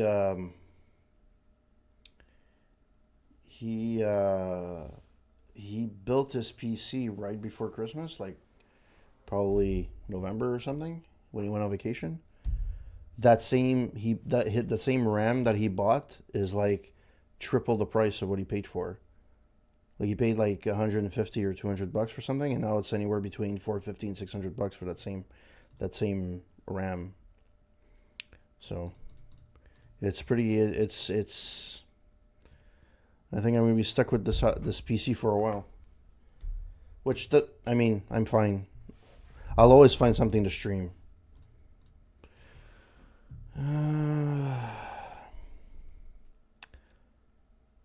Foil out effects. This one has a 40% chance. Let's do this. No. Oh, one card. I'll take it. 7 cards. Yes, okay, whatever. Boom, boom, boom, boom, boom.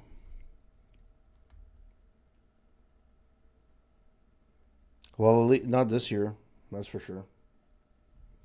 This is the same exact thing that happened when they fucking people were doing crypto. It's the exact same shit, just a different year. So, my honest opinion is we have um, we have given how many seals are complaining when I was reading your feelings. The thing is, the whole AI model is not sustainable. The free version is good enough for most people. If you want the pro, it's the fucking like people that want to build shit, and it doesn't really do anything. You need the infrastructure, um, and it's like a pendulum, right? It's the thing. It's part crypto, like similar to crypto, and it's similar to the .com boom. Whereas the scarcity of parts is similar to when we had crypto and people were data mining and shit like that. And then from the other side, the .com is like everybody's investing in AI, but it's overinflated. It's gonna crash at some point. It's a pendulum. It's gonna go all the way in. Everybody and their grandmother wants in. A lot of companies are going in all in on AI and shit like that. Okay, fine. Like I'm not ripping on AI saying it's not useful, but to say that, you know, to put all your eggs in one basket, It's a little early for that. And that's where it's going to crash. Like you have no choice. It's going to crash for sure. Oh, nice.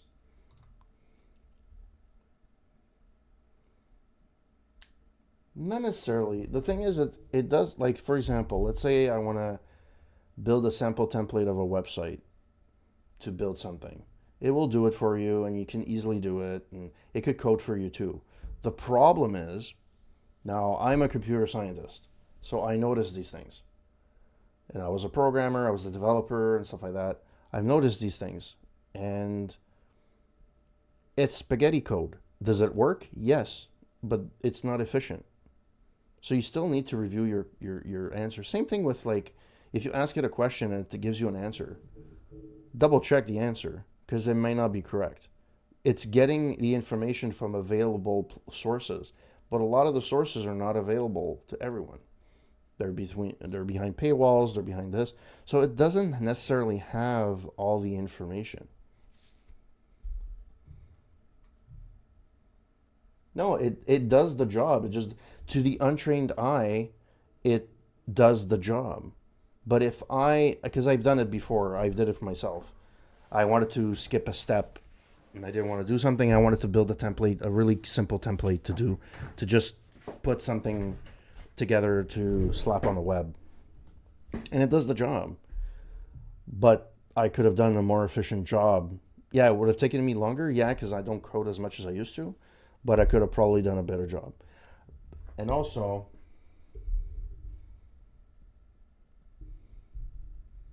yes, exactly. And also, and this is what I find is a fucking shame, and only really the gaming industry does this now, for the most part. When I did my college in the late 90s, RAM or space was a hot commodity, right? So when you programmed something, you had to be super efficient.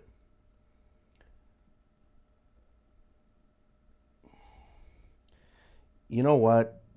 Like anything else, people are gonna do. Tagger, to your point, yes, and I'm always gonna be pro what you just said. But at the end of the day, if it could cut off an hour out of your job, you'll do it. If you're overworked, especially companies that don't value like time and they just push stuff on you over and over and over again, it's an appealing. If you have the tool there and it's appealing, use it, right?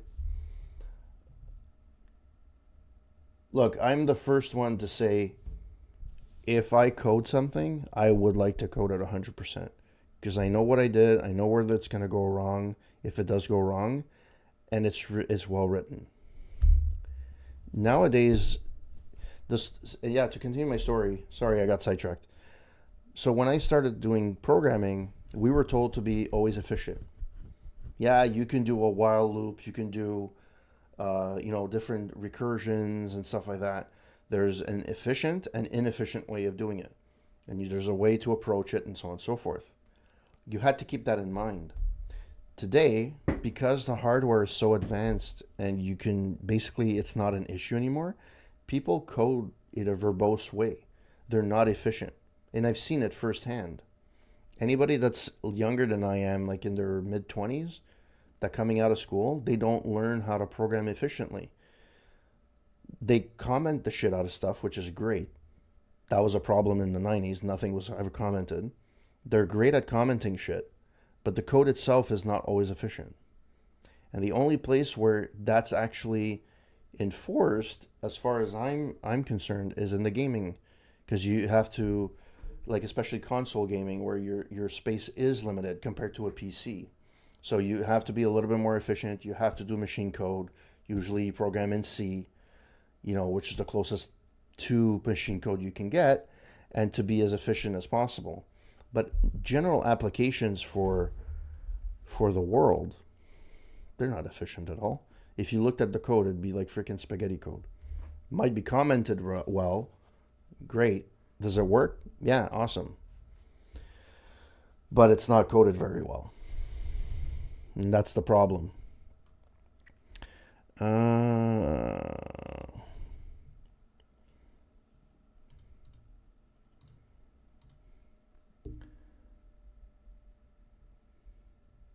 yeah, the and and everybody that's kind of like, oh well, this is we're getting killed here and stuff like that, and it's going to take our jobs. And if it does, the Industrial Revolution went through the same thing. There were periods of time in the past where jobs got eliminated. Like the guy that used to open up the lanterns and the street lamps every night when it was an actual light. That job doesn't exist anymore. Why? Because we developed electricity and we have electrical power grids and stuff like that. You don't need that anymore, right? But society adjusted. It's the same thing now. It's just that it was very abrupt. It wasn't over a long period of time. It was like, oh, AI is here? Yeah, it's the future. And within a year, it's kind of like, oh, well. And finding a job today is like really, really difficult. You can be qualified up the wazoo. The companies they don't care. They might hire you. Now, the one thing that I find is a shame, and I'm not putting everyone in this basket, I'm not. But I have worked with individuals where I was acting manager and we hired somebody, mostly millennials, or I guess Gen Z, I guess. Not millennials, because millennials, older millennials, I guess, are like Gen X. But like Gen Z, like the new batch of recruits, like 20 years old, not even 25. Their sense of entitlement is insane. You come out of school, you have no experience. Yeah, I want a director's job. Who are you to ask for a director's job? You haven't gone. Like, I'm not saying you don't know what you're worth and you don't go through. That's fine.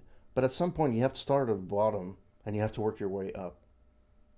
And if you have a career, you gain experience and then you get better at your job, and then you could potentially.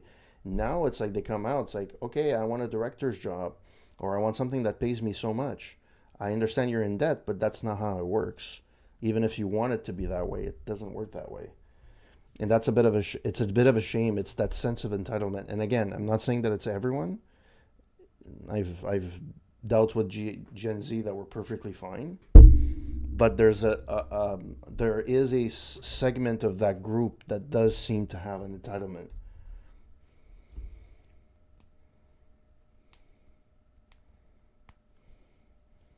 The problem is they assume they walk out of school knowing they get taught what the real world is. And that's not. What school is, it gives you the tools, the basic knowledge and foundation to understand and to do that job, that whatever field you're doing. But it never gives you real world examples. When you're a director or you're a manager, there's scenarios you have to deal with. And if you are a good manager, at any level, there's an element of coaching. There's an element of helping your employee achieve their particular goals.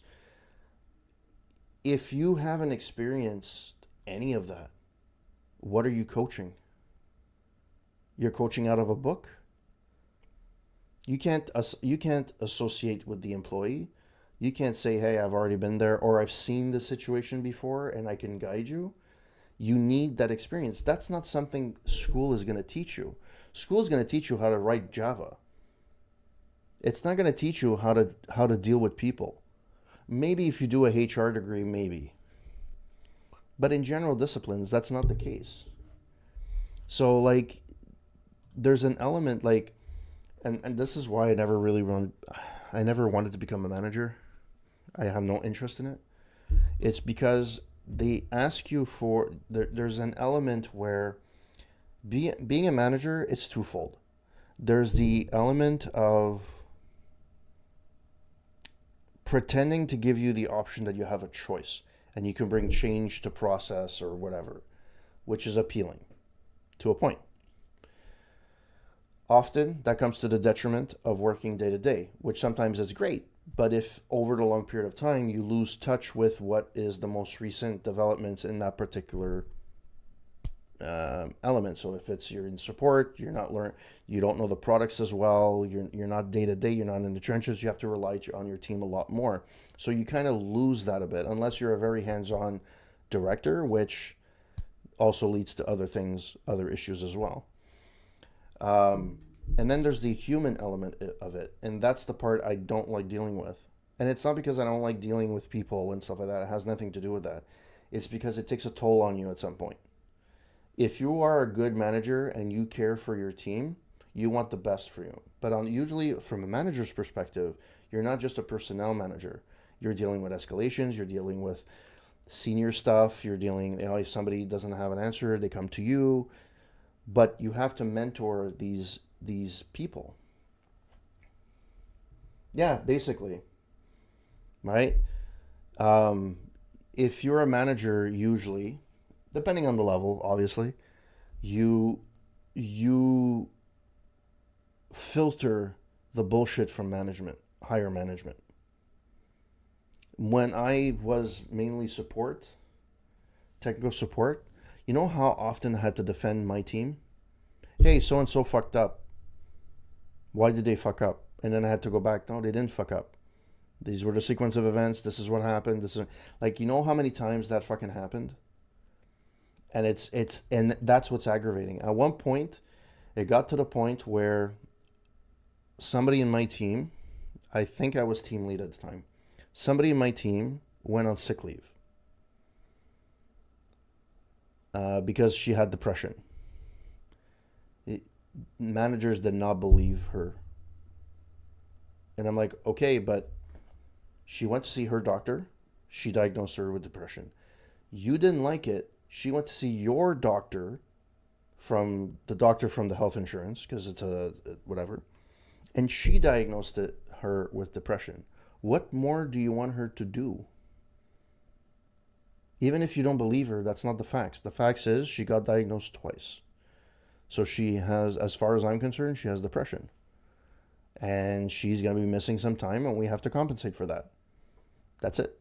How long is she gone? I'm assuming she's not coming back, because I have to plan my team based on that. If she comes back, great. I have somebody on my team, and hopefully she's better. But I can't, she has depression, and you have to build that. But I had to protect her, and I had to make sure that I had to bring the message to her. I didn't tell her all that. I just told her, hey, go home, take care of yourself, you're going to be good. But it's the fact that, well, that's the thing.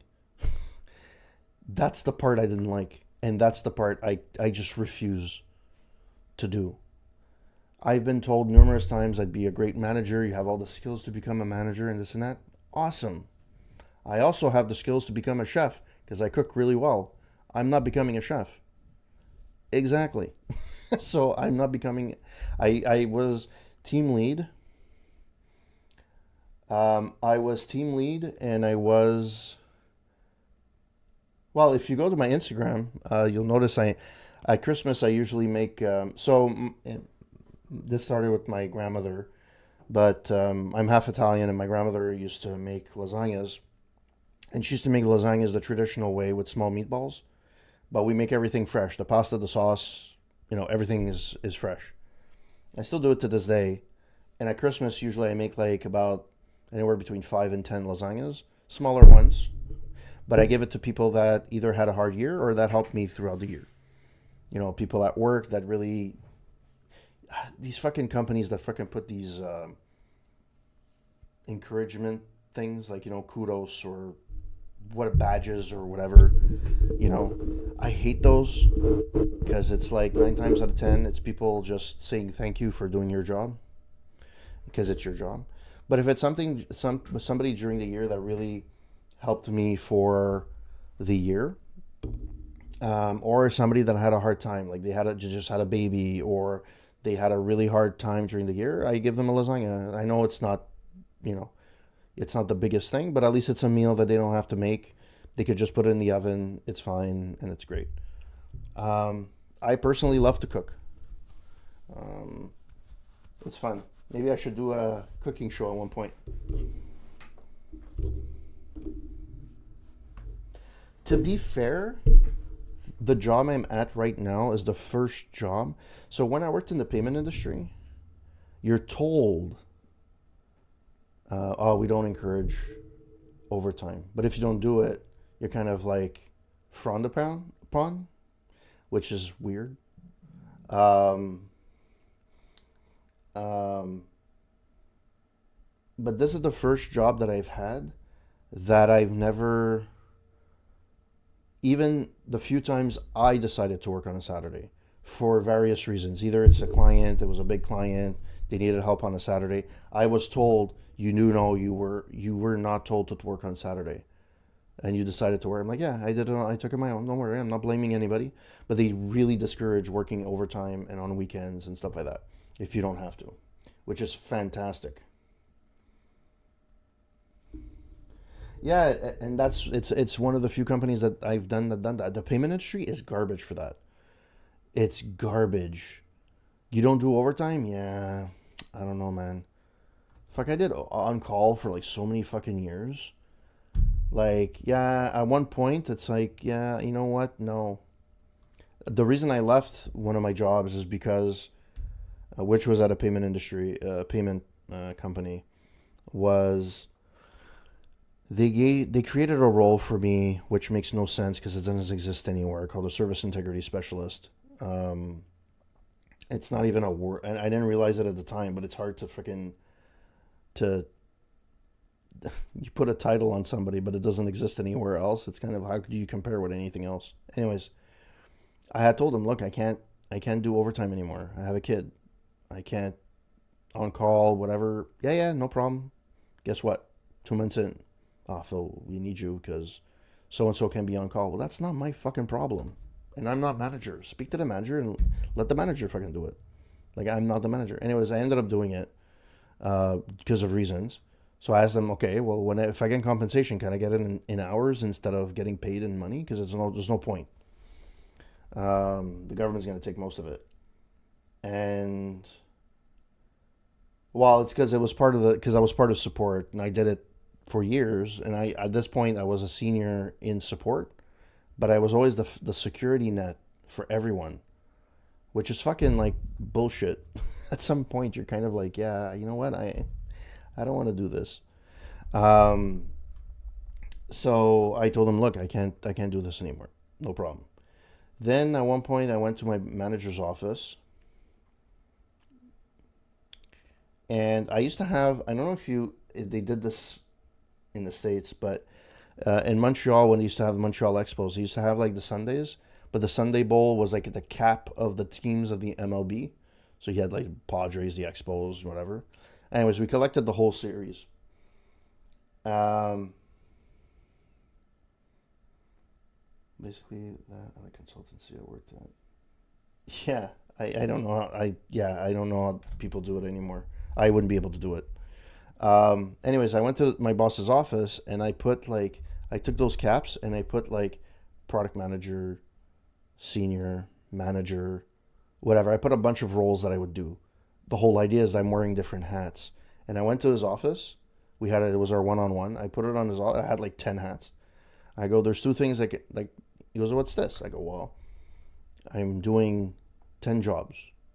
Two things have to happen. Either one, you increase my salary so I get compensated for all the jobs I do, or two, you remove responsibility off my plate and to level out with my salary. I can't do both. Pick and choose. Okay, fine. So he was a nice manager and stuff like that, and he actually tried. So they gave me a small bump in pay or whatever. But then I kept being interim manager because the manager quit. Then I was on call because then I had to manage the team because there was no manager until they hired a manager. I was like, fuck, I'm done. I'm done. That's when I left. And then, and to kick it all, and the best part, when I left, so I took, because we have, here in Canada, we have in Quebec, we have, when a kid is born, You have paternity, which is either 5 or 8 weeks. You have maternity, which I think is 12 weeks. And then you have parental, which can be time off between the parents, which basically all in all comes out to about a year. That year, my wife goes, you know what? You really don't like your job. Take the 6 months and just think about what you want to do and stuff like that. I'm like, awesome. Okay, fine. I didn't know what I was gonna do, but I obviously I wasn't happy, and I don't know how many wives would have done that. But the kick in the nuts was that I left in June. I never went back, but my parental finished in June. In April, when they gave the salary increase, I got less than inflation. I got like 0.9 or 1%, and that year it was like 1.2% was inflation. So technically, I was making less. I get it. That year I didn't work as much. Yeah, exactly. The payment industry is it's a very very stressful job, and not many people can do that job. People that are in it don't see it. Once you get away from it, like I've saw it from a mile away. When it first started, it's because I wanted to prove that I can do shit. But then, as I'm sure you're aware, if you're a good worker, your reward is more work. So it ends up being okay, and then you're moving up the ranks, and then you're doing this. And at one point, I left, I came back as a team lead, but then I went to my manager. I'm like, what am I leading? Because I never see my team. I see them in the morning, I give them a fist bump. I see them at night, I give them a fist bump because I'm in meetings all day. What am I leading? Can I know? She's like, well, you lean to this. And then at one point, yeah, exactly. Have a good one, Tagger. Um, so I'm like, look, I'm not leading the team. But what do you mean? I'm like, well, I'm not leading the team. So then at one point, I forget what it was.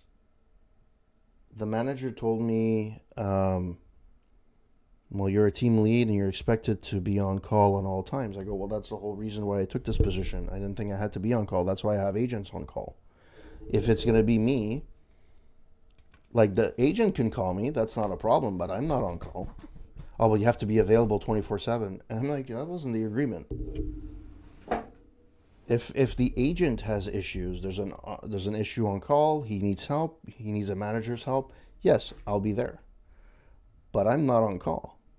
Anyways, it rubbed me the wrong way, and I'm like, well, then I don't want to do it. And it kind of escalated from there. And then at some point, I said, fuck it.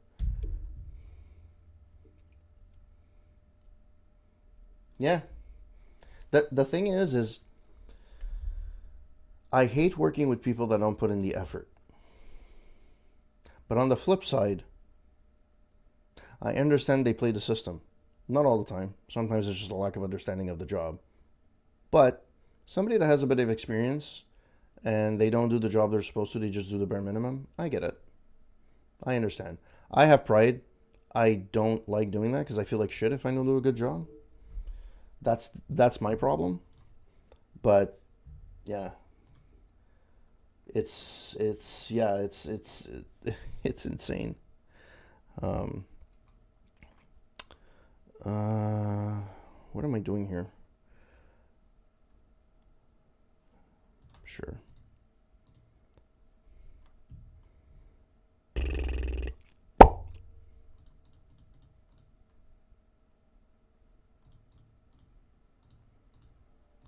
would know. All right.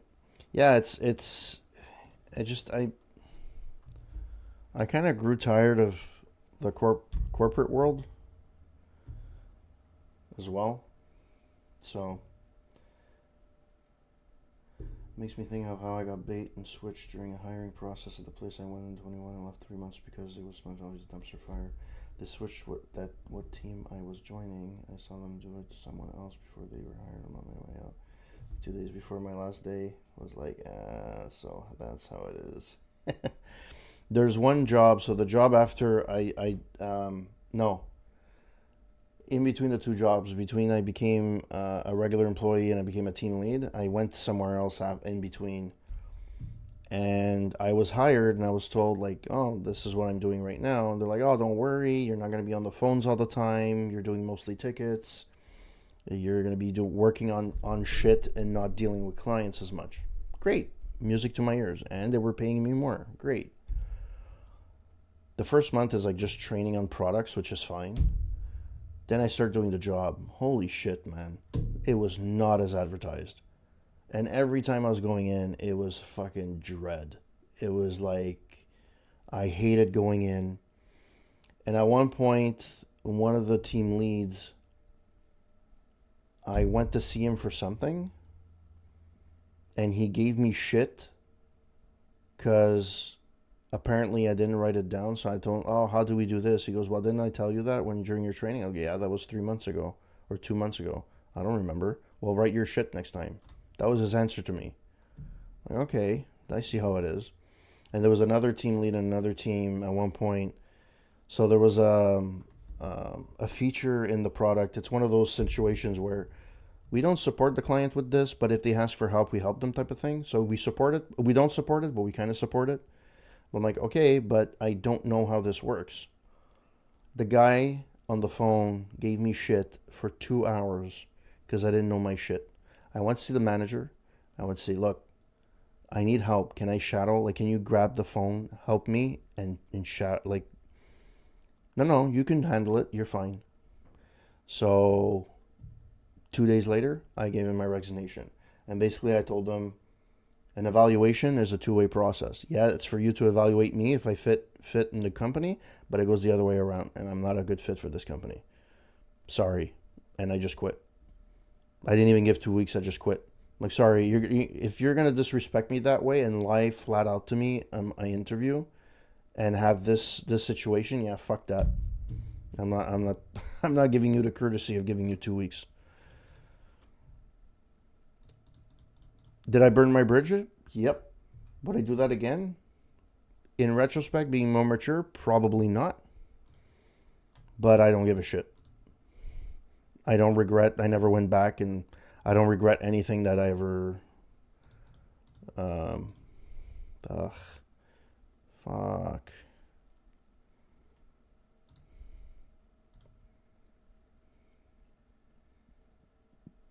Yeah. Yeah. It was like fucking. It was really like. Um. It was really like, okay, this is what we offer. I'm like, great. And then it was the completely 180 like 2 months later. I'm like, yeah, no, sorry.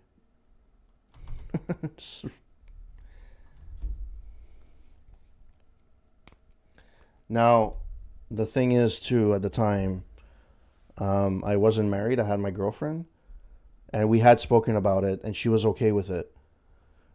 But, I mean, and to her credit, like, she encouraged me. She's like, look, take a step back. You know, at the time, I still live in the same house. The house is paid for. We don't have any debts. We're fine. We can live on one salary for a bit.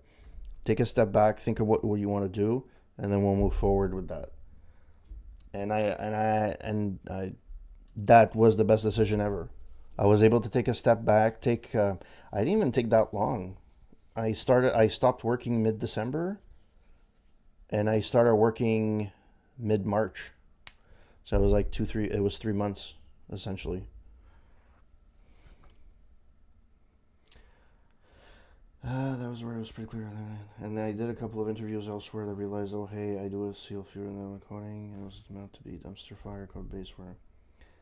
This is funny. So during the interview, you know how many interviews I stopped when I was interviewing for this current job that I have? How many interviews I stopped halfway? Because I work from home. I've been working from home for ages.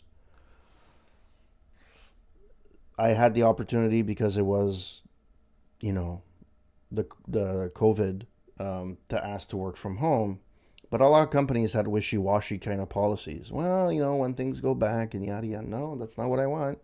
I want to work from home. I don't mind going in once in a while, but I want to work from home. So I asked the first question was salary, and second question was what's your policy from working from home? If the policy was wishy-washy, I'm like, sorry, that's not a good fit. That's a deal breaker for me.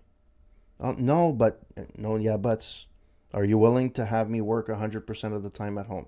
I don't mind going in periodically, like once every few months to maybe meet with the team or do a training or whatever. I have no issues with that. But I have a quality of life. I'm used to a way of life. I want to work from home. There's no reason I cannot do my job from home. And I must have stopped at least 10, 15 interviews within 10 minutes because of that specific thing. Because what's the point? I'm not going to waste their time if it's not even a fit, right? Credit to the company I worked on. They resolved to never ask employees to go back. Well, this company, the company I work for now, they kind of are pro like face to face, but the way the office was renovated, it's not really conducive to working there daily because it's an open area, right? So if you're on the phone and stuff like that, either you have to book a conference room or those pods, which is not super convenient. At home, I can talk as loud as I want. I can do whatever I want, and as long as my work is done, I don't give a shit. So, and this, I go in once every so often for trainings or, for stuff, but I don't really do anything other than that. So, look at that. I've been streaming for almost 3 hours. Thank you for the conversation, by the way. I really appreciate it. It's really cool. Hello to anybody else that's on the stream. I don't actually know if anybody's on my YouTube stream. I think you guys are. I think people that are here are mostly on. I think Tagger's on Twitch and you're on Twitch. Do you double stream anymore? I know there was a whole policy thing at one point. You still do both? I think now there's a policy like, yeah. When I stopped, I was thinking of doing only one platform because I was disgruntled about Twitch because I have Twitch Prime, and then basically the perks I used to have with Twitch Prime, they disappeared. You still had ads, you still had this. It's like, yeah, fuck.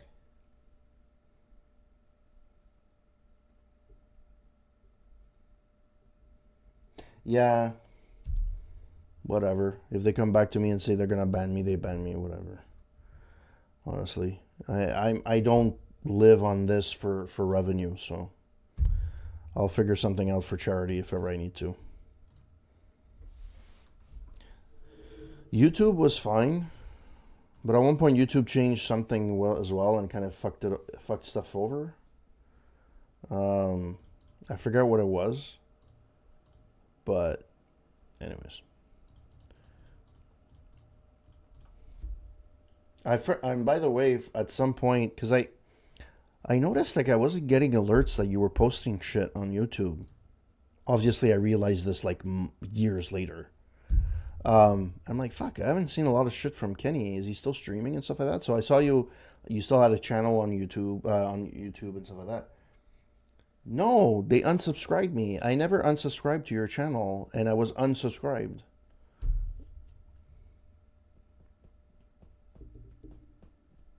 Yeah, yeah. I actually had to resubscribe to your channel. I was unsubscribed. I'm like, I don't remember ever unsubscribing. So something happened there. So what if it happened to your channel? How many other channels did it happen to? You know?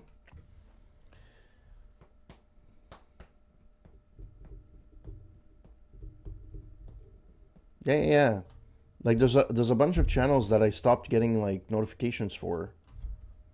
Um, Linus Tech Tips is one of them. Um, I think Metal Jesus Rocks is another one. And what's the other one? There's a few of them that I don't get notifications for. I'm still subscribed for those. I was still subscribed, but I don't get notifications for them anymore, and I don't know why. Fuck off. Fuck, do I go for a straight? Yeah, it's gonna be more. Fuck the straight. What? Oh no, I do have the straight. Yay.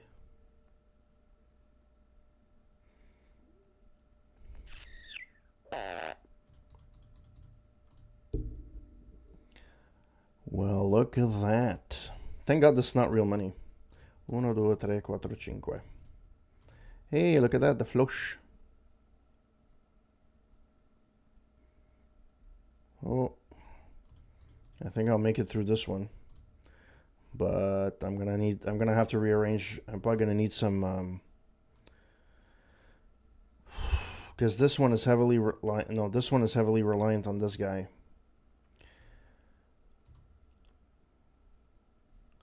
Let's do a special pack.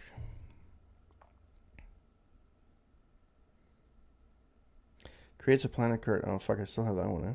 Increases the rank of to 2 cards.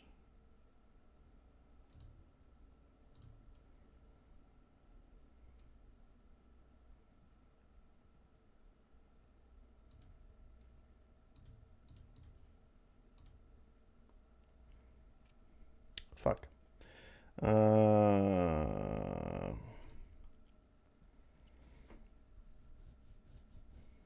that one's pretty good.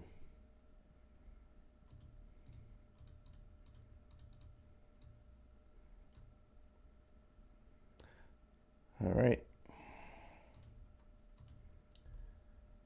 I think this is gonna be the last game though. After this, I think I'm gonna go dodo because it's starting to be a little late, and my kids do not realize when it's early or when it's late. They wake up at the same time every day. Oh fuck! Every face card is debuffed. Ugh. Fudge. Which is my whole spiel. Shit.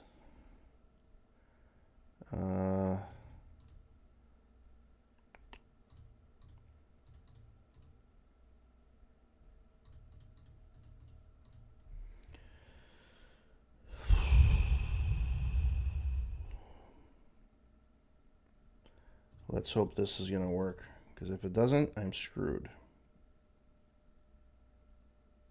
Hey, I made it.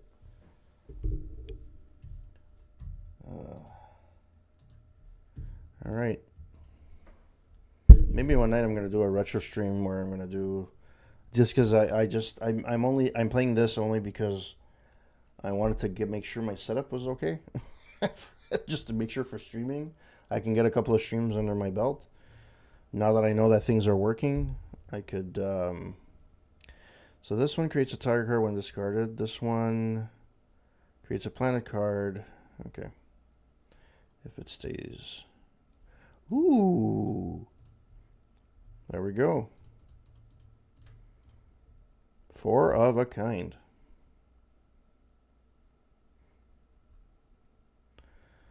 Nine, 8, 7, 6, 5.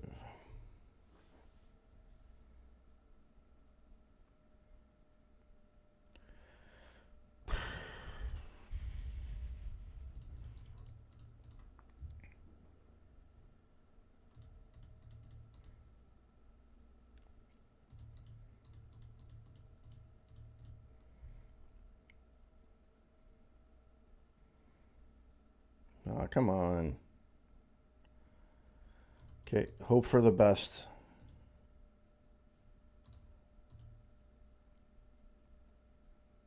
Did not hope enough. Shit. All right, well. Oof. I just made it. Didn't I have 5? Oh, did I fucking sell the other one? Oh, fuck me. Okay.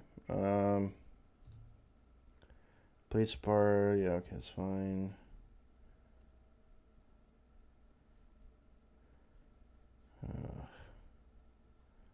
All right.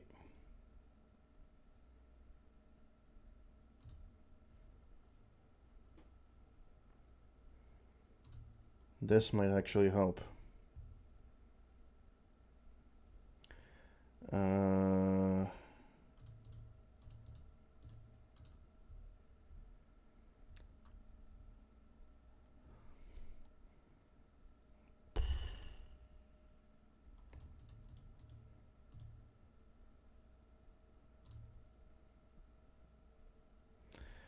2, 3, 4, 5, 6.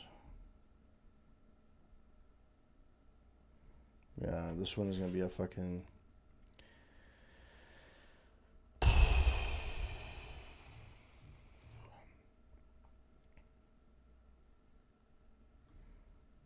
I don't have any of them that give me extra. Ooh.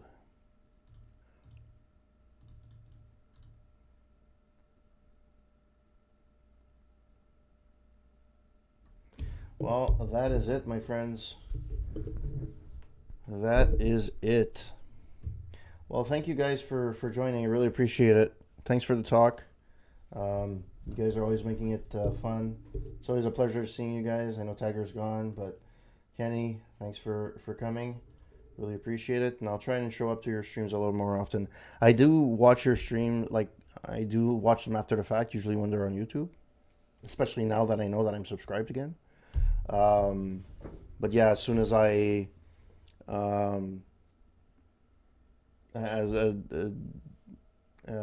still enjoy your streams and they're really fun. So, all right, guys, have a good one. Don't party too much. Have a great rest of the weekend, and hopefully I'll see you guys again soon. All right, guys.